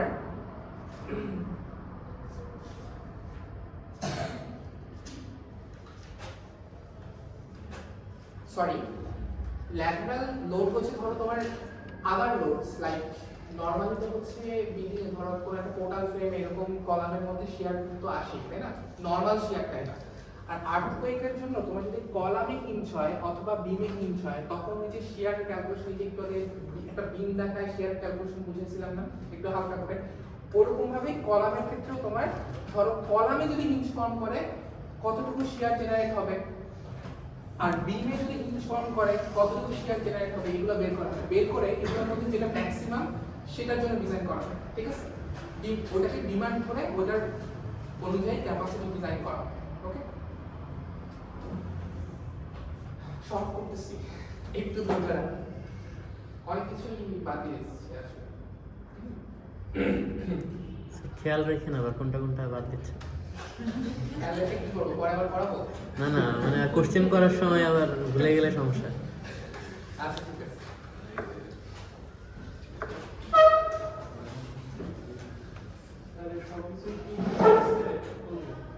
সবকিছুই ইটাপস তোমাকে অটোমেটিক করে দিবে, তুমি জাস্ট যেটা করতে হবে অ্যাসাইনমেন্ট আগে বলে দিই, তাহলে তোমাদের একটু টেনশন করবে। অ্যাসাইনমেন্ট হচ্ছে তোমরা একটা বিম আর একটা কলামের সিসমিক ডিটেইলিং করবে, আর কিছু না। বিমের ডিটেইলিং অনেকে বলে ফেলছি, ফ্লেক্সারাল, শিয়ার এবং বিমের সাইজ তোমরা অলরেডি পেয়েছি, সো সাইজ এসডিএ সি এর জন্য করছো, এখন আমরা ডিএ জন্য করবো। সো সেগুলো কি করছো মানে হাফ সেমিস্টার কোনটা? মানে এসএসসি আগে করেছো? হ্যাঁ, এসএসসি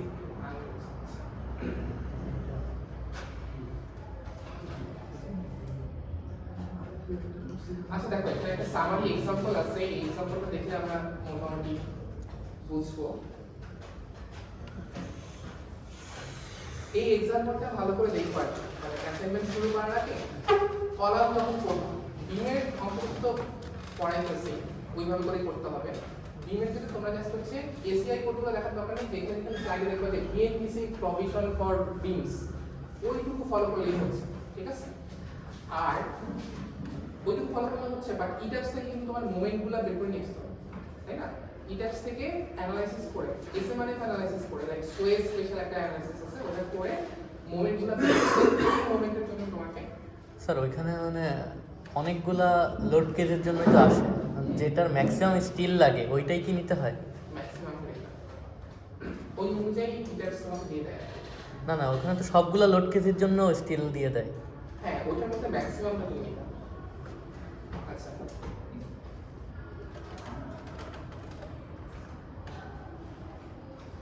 আচ্ছা দেখো এই ডিজাইন এক্সাম্পলটা একটু দেখি। The following 40 inch by 25 inch column, দেখো অনেক বড় বিশাল কলাম নেই, তাই না? এসএমআরএফ বিম কলাম কিন্তু অনেক বড় সাইজের হয়। তো এই কলামটা রিইনফোর্সড উইথ 28 মিলিমিটার বার, ঠিক আছে? 28 মিলিমিটার টায়ার 30টা বার দিয়ে এই কলামটাকে ডিজাইন করা হয়েছে। তোমাকে বলতে হচ্ছে এই তোমার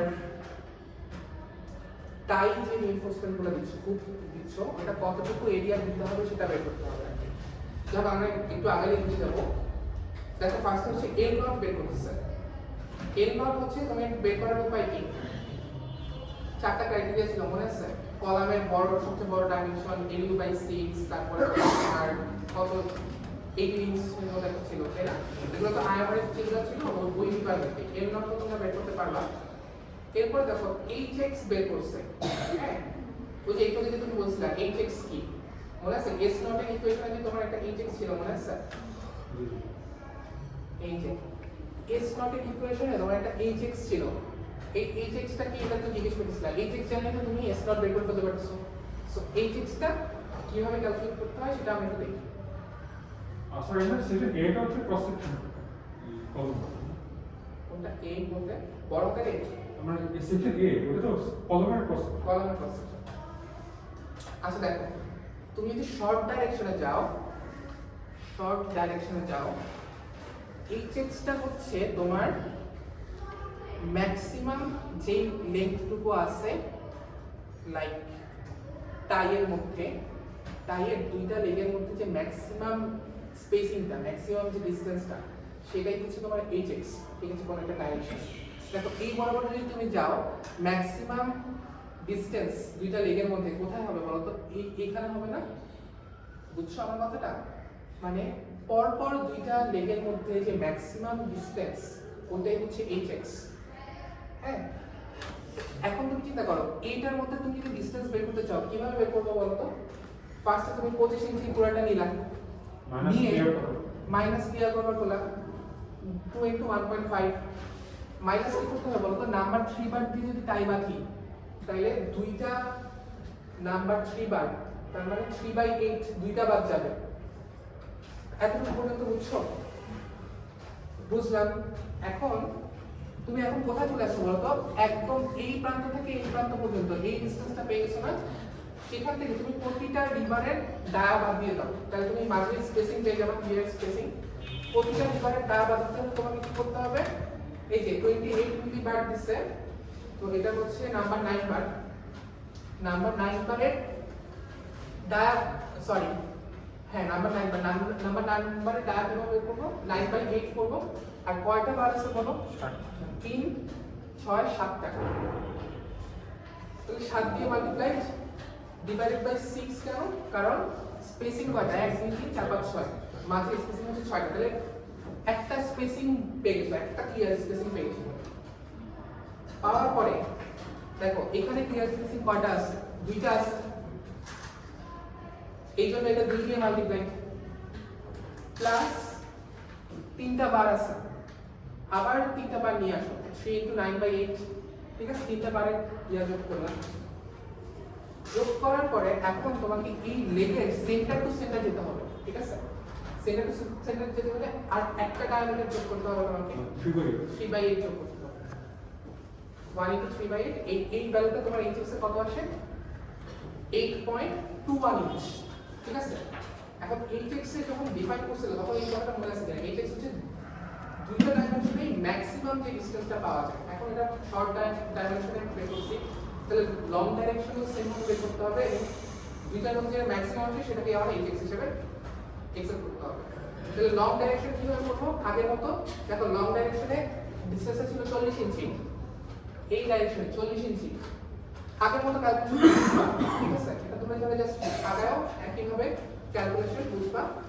দেখো লং ডাইরেকশনে তোমার 9.31 ইঞ্চি আসছে আর শর্ট ডাইরেকশনে তোমার 8.21 ইঞ্চি আসছে। তাহলে তোমার বড় কোনটা? 9.31 ইঞ্চি। তাহলে 9.31 ইঞ্চি তুমি নিবা। এখন তুমি চাইলে মিলিমিটারের ফর্মুলাটাও ইউজ করতে পারো অথবা তুমি ইঞ্চি ফর্মুলাটা ইউজ করতে পারো। ইঞ্চি ফর্মুলাটা এখানে ছিল 14।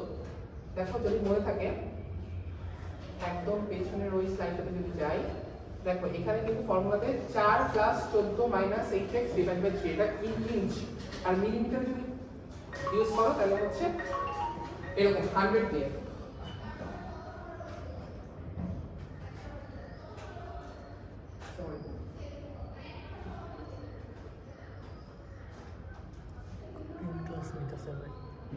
আচ্ছা ঠিক আছে,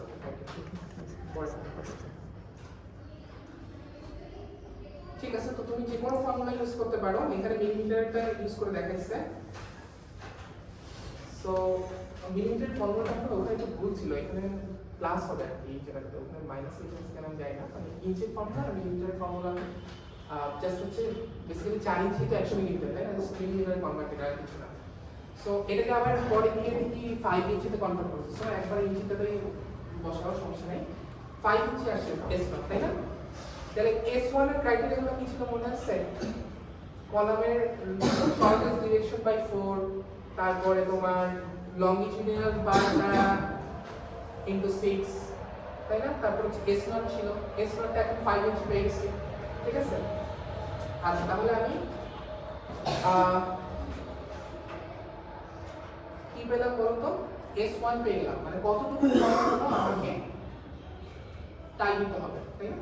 S1 পেয়ে গেলাম, তাহলে M0 ডিসটেন্স পর্যন্ত আমাকে S1 স্পেসিং এ টাই দিতে হবে, ঠিক আছে? S2 এর ক্রাইটেরিয়া অনুযায়ী তুমি আবার দিবা S2, ওকে। এবার আসলে হচ্ছে কনফাইনমেন্ট রিইনফোর্সমেন্ট, ওই যে একটু আগে যে ক্যালকুলেশন আমি বুঝতে চাইছিলাম 0.3 SH কিন্তু ছিল না, তো ওইটার ক্যালকুলেশনটা এখানে দেখানো আছে। দেখো তোমাকে প্রপারলি হচ্ছে কনফাইনমেন্ট নিতে হবে, কনফাইনমেন্টের জন্য নেসেসারি তোমাকে রিইনফোর্সমেন্ট প্রোভাইড করতে হবে। এখন কনফাইনমেন্ট রিইনফোর্সমেন্টে দেখো ওই যে মনে আছে AG ছিল, ACH ছিল, AGটা কি গ্রস এরিয়া, ইন টোটাল এরিয়াটা 40/25। আচ্ছা ACHটা কি দেখো, এটা কিন্তু হচ্ছে ক্লিয়ার স্পেসিংটা বাদ দিয়ে স্টিল যখন টাচ করতেছে, তাই ক্লিয়ার স্পেসিংটা বাদ দিয়ে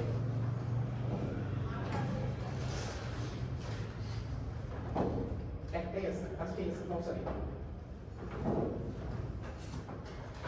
আচ্ছা ক্লিয়ার স্পেসিংটা বাদ দিয়ে তুমি যখন স্টিলটা টাচ করতেছো তখন যে এরিয়াটা হয়, লাইক স্টিলের আউটার ফেসের যে এরিয়াটা, সেটা হচ্ছে তোমার SH, ঠিক আছে? তাহলে 40 - 2 × 1.5 দুই পাশে ক্লিয়ার স্পেসিং, 25 - 2 × 1.5, ঠিক আছে? এখন আসো এই ফর্মুলাতে কি বসাইতে হবে দেখো 0.3 ওই ফর্মুলা বসাতে হবে। তোমরা একটা কাজ করো, এই ডিজাইন এক্সাম্পল তো দেওয়া হয়েছে, তোমরা যখন অ্যাসাইনমেন্ট করবা এটা দেখে ক্লিয়ার, সমস্যা নেই। এখানে যে কথা আগে কলামের confinement reinforcement calculation S0 S1 এগুলো বের করা, এভাবে করে আরো স্টেপস দেখে দেখে। আচ্ছা দেখো এখানে হচ্ছে 0.3 ST, S হচ্ছে আসলে S0, ওই যে 5 ইঞ্চি পাইছি ওটা বসাবা। HC হচ্ছে 37 ইঞ্চ। কেন 37 ইঞ্চ বলতে পারবো তো? এটা হচ্ছে ম্যাক্সিমাম যে ডাইমেনশনটা, ওই ম্যাক্সিমাম ডাইমেনশনের মধ্যে ক্লিয়ার কভার বাদ দিছে, ক্লিয়ার কভার বাদ দিছে, দেড় করে 3 বাদ দিছে, এই কারণে হচ্ছে তোমার 37 পাইছে, ঠিক আছে? সো ওই 37 এখানে বসাইছে। 4 কেন? FC প্রাইমের ভ্যালু 4, এরপরে হচ্ছে আমি 60 KSI স্টিল ইউজ করতেছি, সেটা 60। AG ACH বের করলাম মাত্র, ফর্মুলা পেয়ে গেছো। SH মানে কনফাইনমেন্ট রিইনফোর্সমেন্ট তোমার কতটুকু দিতে হবে সেটা তুমি পেয়ে যাবে, ঠিক আছে? আচ্ছা এখন এই যে গেছো এটার আবার একটা মিনিমামের ফর্মুলা ছিল সাথে, মনে আছে কিনা জানি না, ব্র্যাকেটের মধ্যে ওই যে একদম মেইনটাতেই ছিল কিন্তু বারবার যাচ্ছি, এই যে এখানে একটা আরেকটা ফর্মুলা ছিল, এটার মধ্যে এই দুটোর মধ্যে যেটা ম্যাক্সিমাম হবে সেটা। এখন আসো এখানে তুমি যখন মিনিমামটাতে বসাবা 0.09, এস এর ভ্যালু আগের মতো 5, 8, 6, 37, হ্যাঁ, এই দুটার মধ্যে কোনটা বেশি আসছে বলো? 1.11 বেশি আসছে, তাই তুমি হচ্ছে 1.11টা বেশি। এখন 1.11 ইঞ্চি স্কয়ার যদি তুমি সাইড থেকে দিতে চাও, মানে আমি যেটা বোঝাতে চাচ্ছি যে তুমি কনফাইনমেন্ট রিইনফোর্সমেন্ট যদি 1.11 ইঞ্চি স্কয়ার এটা মিট করতে চাও, সেই ক্ষেত্রে তুমি যদি 12 মিলি বার ইউজ করো, এখানে আসলে মিলিমিটার বার ইউজ করছে, মানে বাস্তব ক্ষেত্রে তুমি প্র্যাকটিক্যাল ফিল্ডে যখন যাবে তখন তোমাকে মিলিমিটার বার করতে হবে, নাম্বার বার না আর কি। তো তোমরা নাম্বার বার ইউজ করতে কোনো সমস্যা নেই। নাম্বার 3 বারের এরিয়া কত? 0.11, তাই না? 0.11 বার, তাহলে তুমি যদি দিয়ে এটা ফিল আপ করতে চাও তাহলে কত দেওয়া, কয়টা দেওয়া লাগবে? 1.11 ডিভাইড বাই 0.11, তাই না? তাহলে তুমি সংখ্যা পেয়ে যাবে যে কয়টা বার তোমাকে প্লেস করতে হবে, ঠিক আছে? লিঙ্ক হিসাবে সহ, মানে তুমি একবারে যদি আগে দেখ, আমি যেটা তোমাকে বলতে যাচ্ছি সেটা হচ্ছে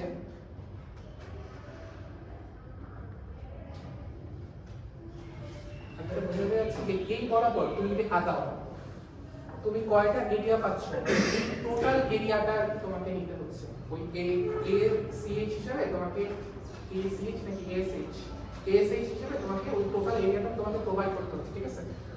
দেখো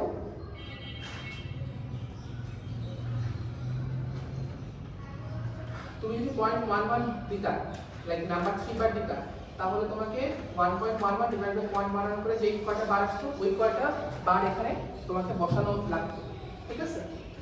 এখানে তোমার কিন্তু মিলিমিটার বার দিয়ে ক্যালকুলেশনটা করছে, ক্যালকুলেশন করে পাইছো 7টা লেগ, ঠিক আছে? এখন দেখো তো 7টা লেগ কি এখানে আছে? এখানে কিন্তু 6টা লেগ আছে, দেখো 1 2 3 4 5 6।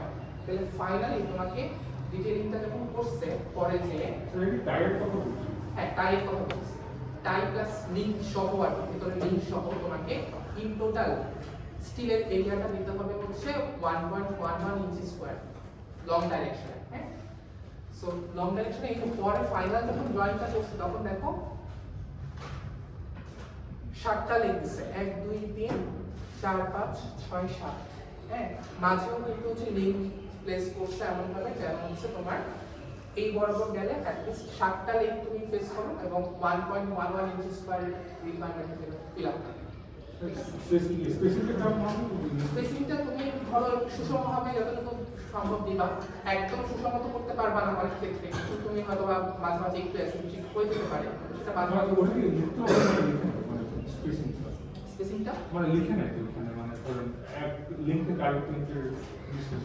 ওইটা কিন্তু প্রয়োজন নাই তোমার, মানে তুমি চাইলে ক্যালকুলেট করে বের করে নিয়ে আসতে পারো। কিন্তু ইমেজ দেখে দিব। হ্যাঁ, ইমেজ দেখে দেখাই। লং ডাইরেকশনে যেভাবে করলা, শর্ট ডাইরেকশনে তোমাকে ওইভাবে করতে হবে।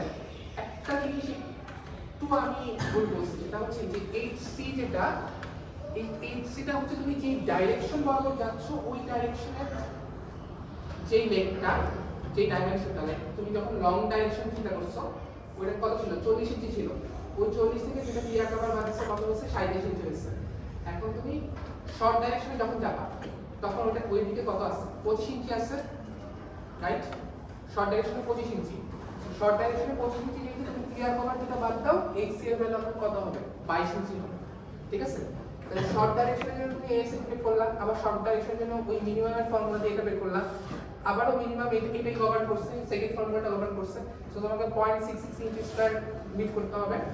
ওরা যেটা করছে, ওরা কোন বার ইউজ করছে আমি জানি না, বাট তোমরা নাম্বার 3 বা নাম্বার 4 ইউজ করবে, ঠিক আছে? স্টিল আগে আমরা ইউজুয়ালি এটা ইউজ করি। 0.175 দিয়ে যখন ওরা ভাগ করছে তখন ওরা 4টা লেগ পাইছে, তার মানে 4টা লেগ দিতে হবে শর্ট ডাইরেকশনে। ফাইনাল যখন ডিটেইলিংটা করছে তখন দেখো 4টা লেগ দিছে, 4টা লেগ যেন ফেস করে, হ্যাঁ, শর্ট ডাইরেকশনে। ওইভাবে আমরা হচ্ছে ডিজাইনটা করছি। আচ্ছা স্যার, স্টিরাপ ডিজাইন করার আগে আপনি হচ্ছে ওই যে HX বা HY যেটা বের করলেন, ওটা কিভাবে পাইলেন?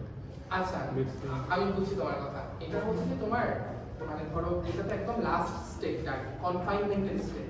তার আগেই আমরা শেয়ার বা অন্যান্য ক্যালকুলেশনগুলো করে ফেলছি না। মানে ধরো ইউজুয়ালি তুমি কলামে যেভাবে আঁকাও ওভাবে করে আঁকাবা, বুঝছো? তুমি কনফাইনমেন্টের এফেক্টটা কিন্তু তুমি আই1এফ এর চিন্তাই করতা।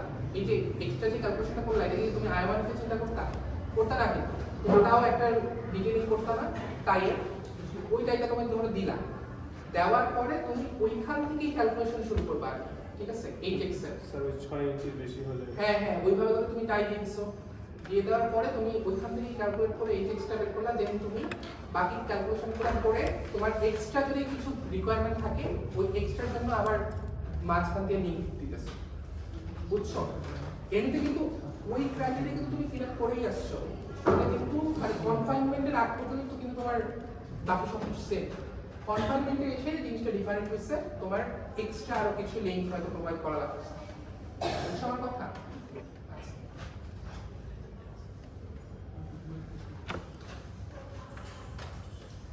এটা বেসিক্যালি এই জন্যই করা যে ধরো এসএমআর এর ফিটিং তোমাকে খুব বেশি দূরে দূরে ধরাটা টাই দিয়ে অ্যালাউ করে না। সো ধরো তোমার ওই রিকোয়ারমেন্টের মাধ্যমে মাঝে যদি গ্যাপ বেশি হয়ে যায় তুমি এক্সট্রা লিঙ্ক দিয়ে আরো ঘন ভাবে ধরতেছ মেইন রিইনফোর্সমেন্টগুলো, ঠিক আছে? আরো শক্তভুক্ত করতেছ। এই সাতটা বলতে ছয়টা এটা ছিল তোমার ইনিশিয়াল ডিজাইনটা, আর পরে গিয়ে তোমার ফাইনালটাতে দেখো 7টাই দিচ্ছে, মাঝে আবার লিংক বসাইছে। তো সবগুলোতে ল্যাগ দিয়ে দিলে সমস্যা সবগুলোতে লিংক এখনকার এসটিআই ডিজাইন করে, বুঝছো? কিন্তু এখানে ধরো আনইকোনমিক্যাল হবে, তুমি একটু বেশি খরচ করে ফেলবা। সো এখানে একটা মিনিমাম একটু দেওয়া যায় ইঞ্জিনিয়ার হিসেবে। আর তো ক্লায়েন্টের খরচ বাঁচাতে হচ্ছে, ক্লায়েন্ট যদি বলে স্যার আসবেই না তুমি যদি এইরকম ডিজাইনিং করো, ঠিক আছে? তো তোমার তো ক্যালকুলেশনের দরকারই নেই, তুমি ইচ্ছা মতো রিইনফোর্সমেন্ট দিবা, 8% দিয়ে দিবা, 6% দিয়ে দিবা কলামে, আর পুরো একদম ঘন ঘন টাইপ দিবা, শেষ। তোমার তো ইঞ্জিনিয়ারের তার দরকারই নেই। বিল্ডিং এর একটা 5তলা বিল্ডিং এর খরচ তো কয়েক কোটি টাকা হয়ে যাবে। আচ্ছা, এরপরে আছে জয়েন্ট শেয়ার এনকোরেজ। এই পোরশনটুকু আর আমি পড়াবো না। তো এখানে আর কি ফর্মালি আজকে লেকচারটা শেষ। এখন কথা হচ্ছে তোমার কারো কাছে কি আছে ল্যাপটপ আছে? ওই তুমি বলছিলাম এটা একটু বলতে পারবা? স্যার জয়েন্ট রাখি সিলেবাস জয়েন্টটা আইটেস আমরা বাদ দেবো সিলেবাসে। জয়েন্ট রাখতে দরকার ফাইনালি থাকবে না। স্যার ফাইনাল পেজে থাকবে কি স্যার? ফাইনাল পেজে যে বিন কলামে ডিটেইলিংটা থাকবে, আর ইটাপসের কিছু থাকবে? ইটাপসের মডেলিং থাকবে, ওখান থেকে তুমি ভ্যালু নিয়ে তারপর খাতায় লিখবা, এরকম থাকবে। মানে যেগুলো কইরা আসছে ওই রকম নাকি আবার যেগুলো করে আসছে ওগুলোই তো বিদ্যুৎ? আর একটু সিম্পল ডিজাইন দেওয়া হবে যেন সময়ের মধ্যে শেষ করতে পারো। স্টেয়ার থাকবে? শেয়ার থাকবে, হ্যাঁ স্টেয়ার স্টেয়ার প্রবাবলি থাকবে না, শেয়ার ওয়াল থাকবে। শেয়ার ওয়াল সামনে করা ফাইল দিয়ে দিলে তারপর সেখানে আমরা পুরোটা বানাই আল্লাহ জিজ্ঞাসা করবো ভাই একটু বল না ভাই, জিজ্ঞাসা করবো আমার চলে গেছে কিন্তু এটা খাইছি ভাই, এখনো খানাটা আছে কি আমার খালি নিয়েও ইলাস্টিক হয়ে গেছে না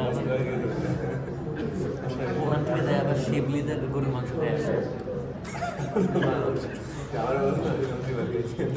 দুই পিস খেয়ে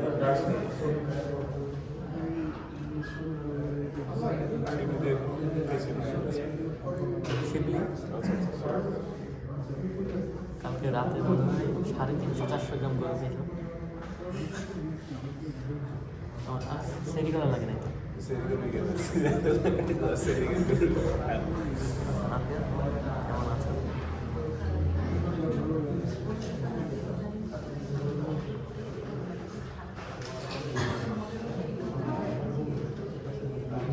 হবে না, টেনশন দিছে তো হবে না,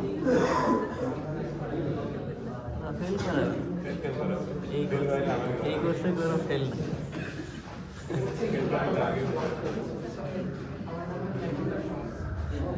ল্যাব রিপোর্ট একটা কিছু জমা দিলেই পাস। আচ্ছা তোমরা একটা কাজ করো, তোমাদের ল্যাব রিপোর্ট আছে না, ওইটা তোমরা সাকিব স্যারের রুমের সামনে রেখে এসো, ঠিক আছে? জমা ছিল না আজকে? আচ্ছা আমি হচ্ছে তোমাদেরকে ইয়া করবো, কি বলে একটা বিম আর একটা কলাম পরে দিয়ে দিব, পরে হচ্ছে আজকের মধ্যেই দিয়ে দিব, সিআরডি তো আমাদের কাজ তুলনা করবো। হ্যাঁ তোমাদের প্ল্যানিংয়ে একটা কাজ করতে নতুন প্ল্যান দেওয়া হয়েছিল, পুরো প্ল্যানের উপরেই কাজ করতেছো তোমরা, কতটা বিলিং করতেছো এখন? ওইটা নিয়ে তোমাদেরকে মাল্টি স্টোরি করানো হচ্ছে না? স্যার বলছিল ক্লাসে কিন্তু পরে তো দেয় নাই।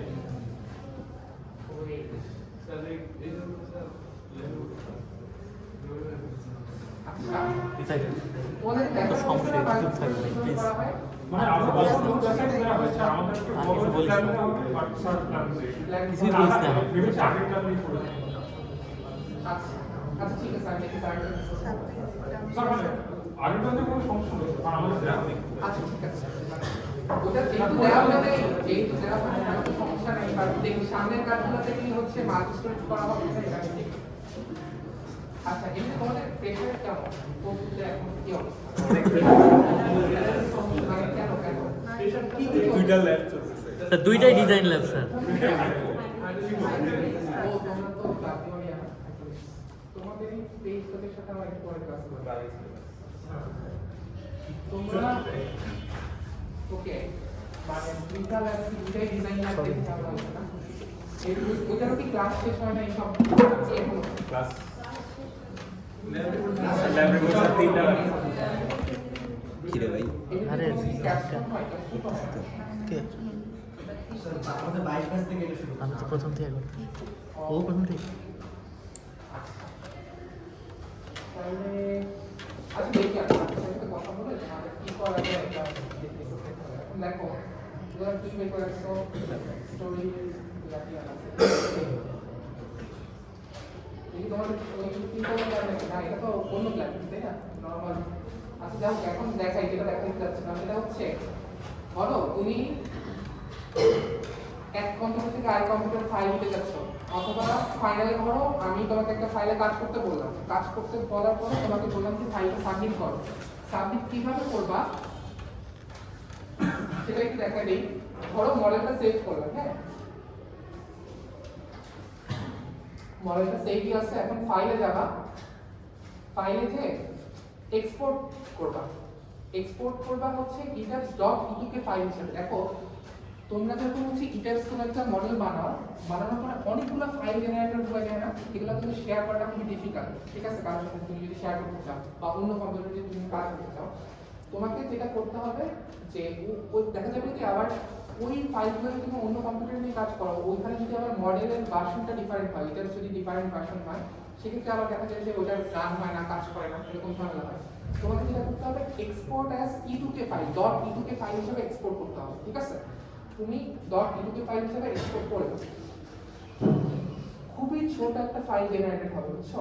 এটা ধরো কোথায় সেভ করব? স্যার এখানেই সেভ করেন ডেস্কটপে সেভ করি, ওর ল্যাপটপ কিন্তু যা বলছি শুনি। না স্যার বলতেছি এখানে যেখানে আছে এখানেই সেভ করতে পারেন, মানে আরে দেখ খুলবে না এটা যেখানে পরে save খুঁজে করে পাওয়া দেবে। যাবে যেখানে সেভ করা আছে ঠিক আছে, কিন্তু এখানে কি আরো ফাইলস আছে না অন্য? না পরে খুঁজে পাওয়া খালি যাবে আচ্ছা ভাই ডেস্কটপে সেভ খুঁজে করতে পাবো কিনা বলো? হ্যাঁ খুঁজে পাবো? একটু Save কি দিই, রাখা হ্যাঁ? আচ্ছা ঠিক আছে, এখন তুমি আচ্ছা এখানে আমি ওকে দিয়ে দিই, এখন তুমি ওখানে যাও তো ওই মানে এই ফাইল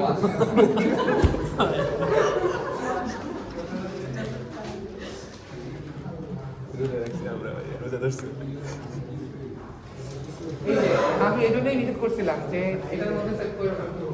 আচ্ছা এই দেখো ইউকে ফাইল দেখছো .etuk এক্সটেনশন, এখন দেখো এটা আমি একটু ডেস্কটপে নিয়ে আসি, কি বলো? ও আচ্ছা ঠিক আছে, আচ্ছা ঠিক আছে, আমরা হচ্ছে এটা কাজ করি কোন একটা নিউ ফোল্ডার ক্রিয়েট করি, হ্যাঁ নিউ একটা ফোল্ডার ক্রিয়েট করে এটা পেস্ট করি। কত দিতে হবে এই ভাই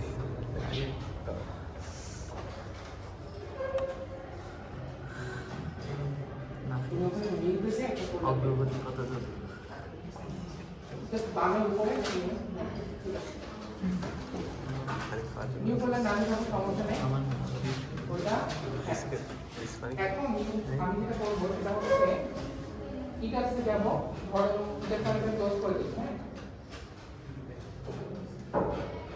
দেখো এই ফোল্ডারটা কিন্তু কোনো ফাইল নাই কিছু নাই ঠিক আছে ইটাসে যাই ফোল্ডারে ইটাসে এখানে ইনস্টল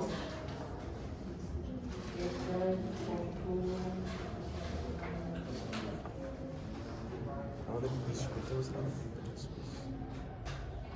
নাকি খুব বেশি আরাম কিছু আর যেগুলো এক্সপোর্ট তো করে ফেলছি ওই এক্সপোর্টেড ফাইলের সাইজ দেখছো মাত্র 76 কিলোবাইট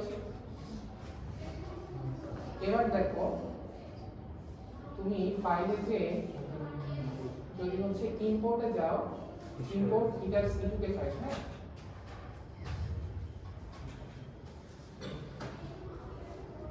দেখো এখান থেকে আমি যদি ইটুকে ফাইল ওপেন দেই পুরো মডেলটা এখানে চলে আসবে ঠিক আছে এখন জাস্ট আমাকে কি করতে হবে দেখো ওখানে কিন্তু আরো 10-15টা ফাইল ছিল তাই না এখানে তুমি জাস্ট যেটা করবা আনার পরে তুমি আবার সেভ করবা সেভ করতে গেলে দেখবা যে হচ্ছে যেই ফোল্ডারে সেভ করছো ওখানে আবার 10-15টা ফাইল ক্রিয়েট হচ্ছে নতুন করে বুঝছো ইটুকেটা কাইন্ড অফ হচ্ছে কি যে প্রোগ্রামের ব্যাকগ্রাউন্ডের একটা কোড ঠিক আছে লাইক আমরা যেমন হচ্ছে সিপিপি বা ম্যাটল্যাব করে আসছো না কিছু না তো কিছু কোডস রান হচ্ছে তাই না তো ওই কোডগুলো হচ্ছে তোমার ইউটিউব ফাইলের ফরম্যাটে তুমি জাস্ট খুব ইজিলি ট্রান্সফার করলা এবং ইম্পোর্ট করে আবার নিয়ে আসলা এটাকে যখন তুমি আবার সুন্দর করে রান করবা তখন আবার 10-15টা ফাইল এই ফোল্ডারের নতুন কম্পিউটারে হচ্ছে জেনারেটেড হয়ে যাবে তুমি ওটা দিয়ে এক্সেস করতে পারবে ঠিক আছে এখন ইউটিউবের ফাইলটা বুঝলাম ঠিক আছে কোনো সমস্যা নেই এখানে সব কিছুই আর কি সেভ আছে আমি নো দিয়ে বের হয়ে গেলাম এখন দেখো ইউটিউবের ফাইলটা এই ইউটিউবের ফাইলটা ইন্টারেস্টিং ইউটিউবের ফাইলটা তুমি চাইলে ওপেন একটা নোটপ্যাড দিয়ে ওপেন করতে পারো ওপেন করলে তুমি এটা ভেতরে কি কি হইছে একদম রিড করে করতে পারবে খুব সিম্পল ল্যাঙ্গুয়েজে লেখা এবং তুমি দেখলেও বুঝতে পারবে এই কারণে আমরা কিন্তু মানে ধরো কোন একটা স্টুডেন্ট এটা আসলে পারে কিনা বা ওভাবে কি করছে ওটা কিন্তু পুরো একদম ইউটিউবে ফাইলটা দেখলেই বুঝে যেতে পারে যে ও আসলে কোন সেটআপ করে কি করছে এখানে পুরো লেখা আছে দেখো ও প্রথমে হচ্ছে ইউনিট স্টিক করছে স্টোরি স্টিক ডিফাইন করছে দেখো বুঝছো এখানে কি লেখা তারপর দেখো এখানে হচ্ছে গ্রিডস ডিফাইন করছে ঠিক আছে ডায়াফ্রাম ইয়া করছে ডিফাইন করছে ম্যাটেরিয়াল প্রপার্টিজ তারপরে করছে তারপর হচ্ছে liver definition frame section complete section যা যা করছে সব দেখা যাচ্ছে বুঝছো একদম আমার নাম সব কিছু দেখা যাচ্ছে গড আইডিয়াল ইটুকে ফাইল এখন দেখো এখানে যা যা কোড রান হয়েছে ওকে সব হচ্ছে এখানে আছে ম্যাথ সোর্স ডিফাইন করছে কোন স্টেপের পরে কি করছে সো এই কন্ডিশনে যে ও যে লোড কম্বিনেশন অ্যাসাইন করছে তারপর হচ্ছে হ্যাঁ সব কিছু একদম দেখা যাচ্ছে ঠিক আছে এটাই যখন তুমি আবার ডিটাক্সে ইম্পোর্ট করতেছো ওই ডিটাক্সটা নতুন ডিটাক্সটা ওইটাই নিয়ে নিচ্ছে মানে লাইক ব্যাকগ্রাউন্ডের কোডটা just as simple as that হ্যাঁ তুমি চাইলে এটা হাতেও লিখতে পারো এত ফ্লেক্সিবল এখন মজার বিষয় হচ্ছে চেঞ্জ করতে হবে আমি যেটা করতে পারি আমার প্রিভিয়াসলি ডিফাইন্ড এখানে দেখো লোড কম্বিনেশনের কোনো একটা অংশ অবশ্যই ছিল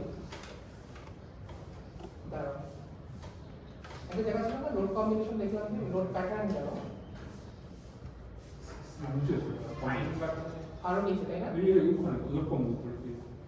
কোথায় বলো এই যে লোড কম্বিনেশন দেখো এই যে এখানেও লোড কম্বিনেশন অ্যাসাইন করছে না এবং লোড কম্বিনেশন এখানে ও এই কটা দিছে তাই না তুমি এই কটাই দিছো এখানে চাইলে অন্য কোনো ইউটিউবে ফাইল থেকে কপি করে লোড কম্বিনেশন এখানে পেস্ট করে দিবা তাহলে তোমার আর ম্যানুয়ালি ইউটিউবসে গিয়ে ওই 31টা লোড কম্বিনেশন দেওয়া লাগবে কেউ একজন যদি কোনো এক সময় করে ওই ইউটিউবে ফাইলটা শেয়ার করো সে বাকিটা যেটা করতে পারো যে ওটা জাস্ট কপি করে এখানে পেস্ট করে দিবা দেন ইউটিউবসে ইম্পোর্ট করবা চলে আসবে বুঝছো আমার কথা আমি যেটা করতে পারি দেখি আমার আগে থেকে অ্যাসাইন করা 31টা লোড কম্বিনেশনের কোনো ফাইল আছে কিনা যদি থাকে আমি তোমাকে দিব ওইটাকে ইউটিউবে হিসেবে দিব টেক্সট ফাইলে ওপেন করবা, কপি করবা, এখানে এনে লোড কম্বিনেশন যেখানে সেখানে পেস্ট করবা, দেন তুমি ওটা ইন্টারসে রান করবা, দেখবা যে চলে আসছে। বুঝছো আমার কথা? আচ্ছা, আরেকটা জিনিস একটু বলি, সেটা হচ্ছে এই যে তুমি এত কিছু দেখলা ইন্টারসে, তখন আসলে একটা রান করা মডেল ওপেন করো একটু।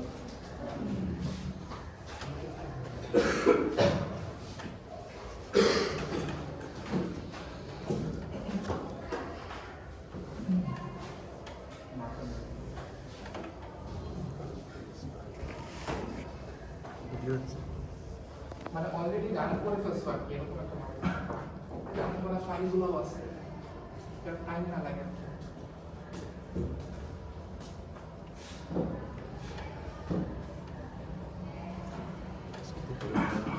তোমাদের টার্ম এক্সটেন্ড হবে না? তোরা এসে ক্লাস করতেছে বৃহস্পতিবার। হবে শিওর। হ্যাঁ তাহলে মানে তোমরা কি মানে টিমরা কি এলাও করছে বা এগ্রি করছে আর কি? বল, তুই তো স্যার বল। মানে হয়ে গেছে, সবাই বলতেছে হবে তো এই জন্য বাতাসের সবাই বলে তো হবে না, অথরিটি কি এগ্রি করছে কিনা?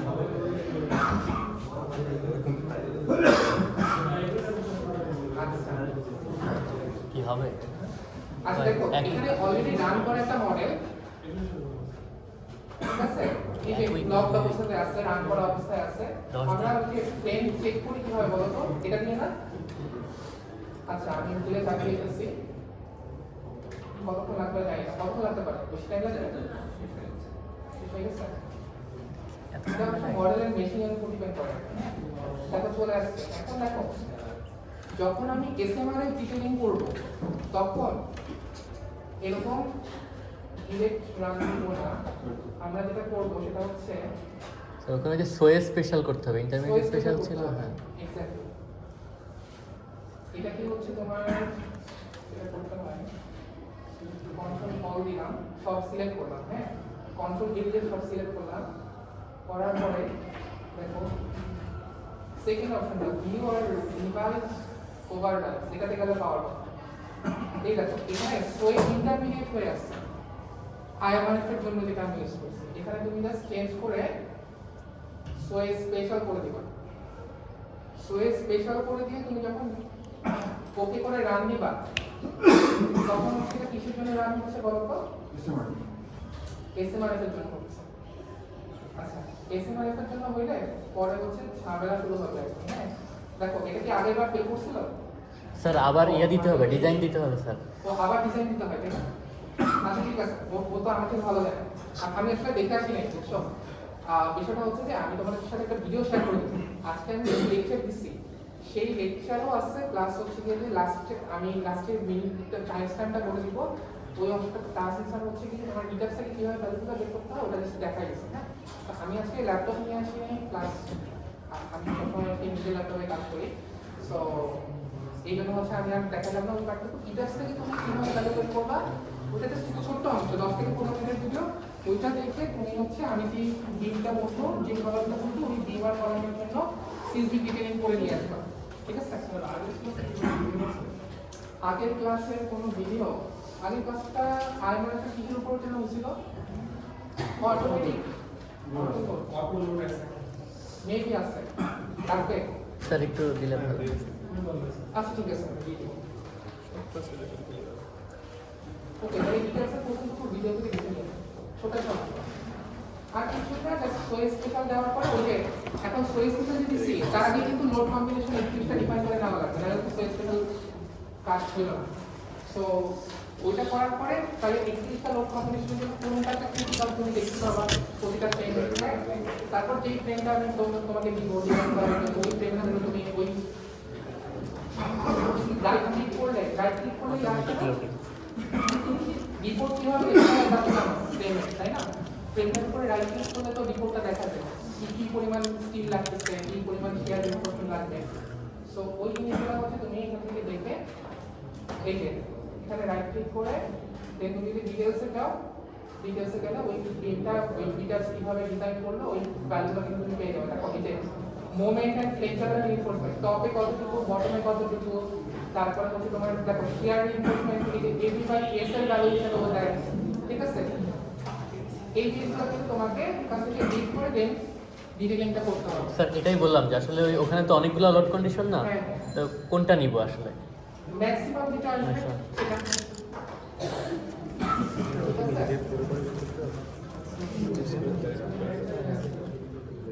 কিন্তু একটাই জায়গা থেকে maximum আচ্ছা ঠিক আছে। স্যার এখানে একটাই জায়গা তো মানে ম্যাক্সিমাম কোনটা ম্যাক্সিমামটা তুমি বুঝতে হচ্ছে দেখো রাইট ক্লিক করলাম, এই যে দেখো এখানে কিন্তু ভ্যালু দেখা যাচ্ছে top scale, bottom scale, share scale.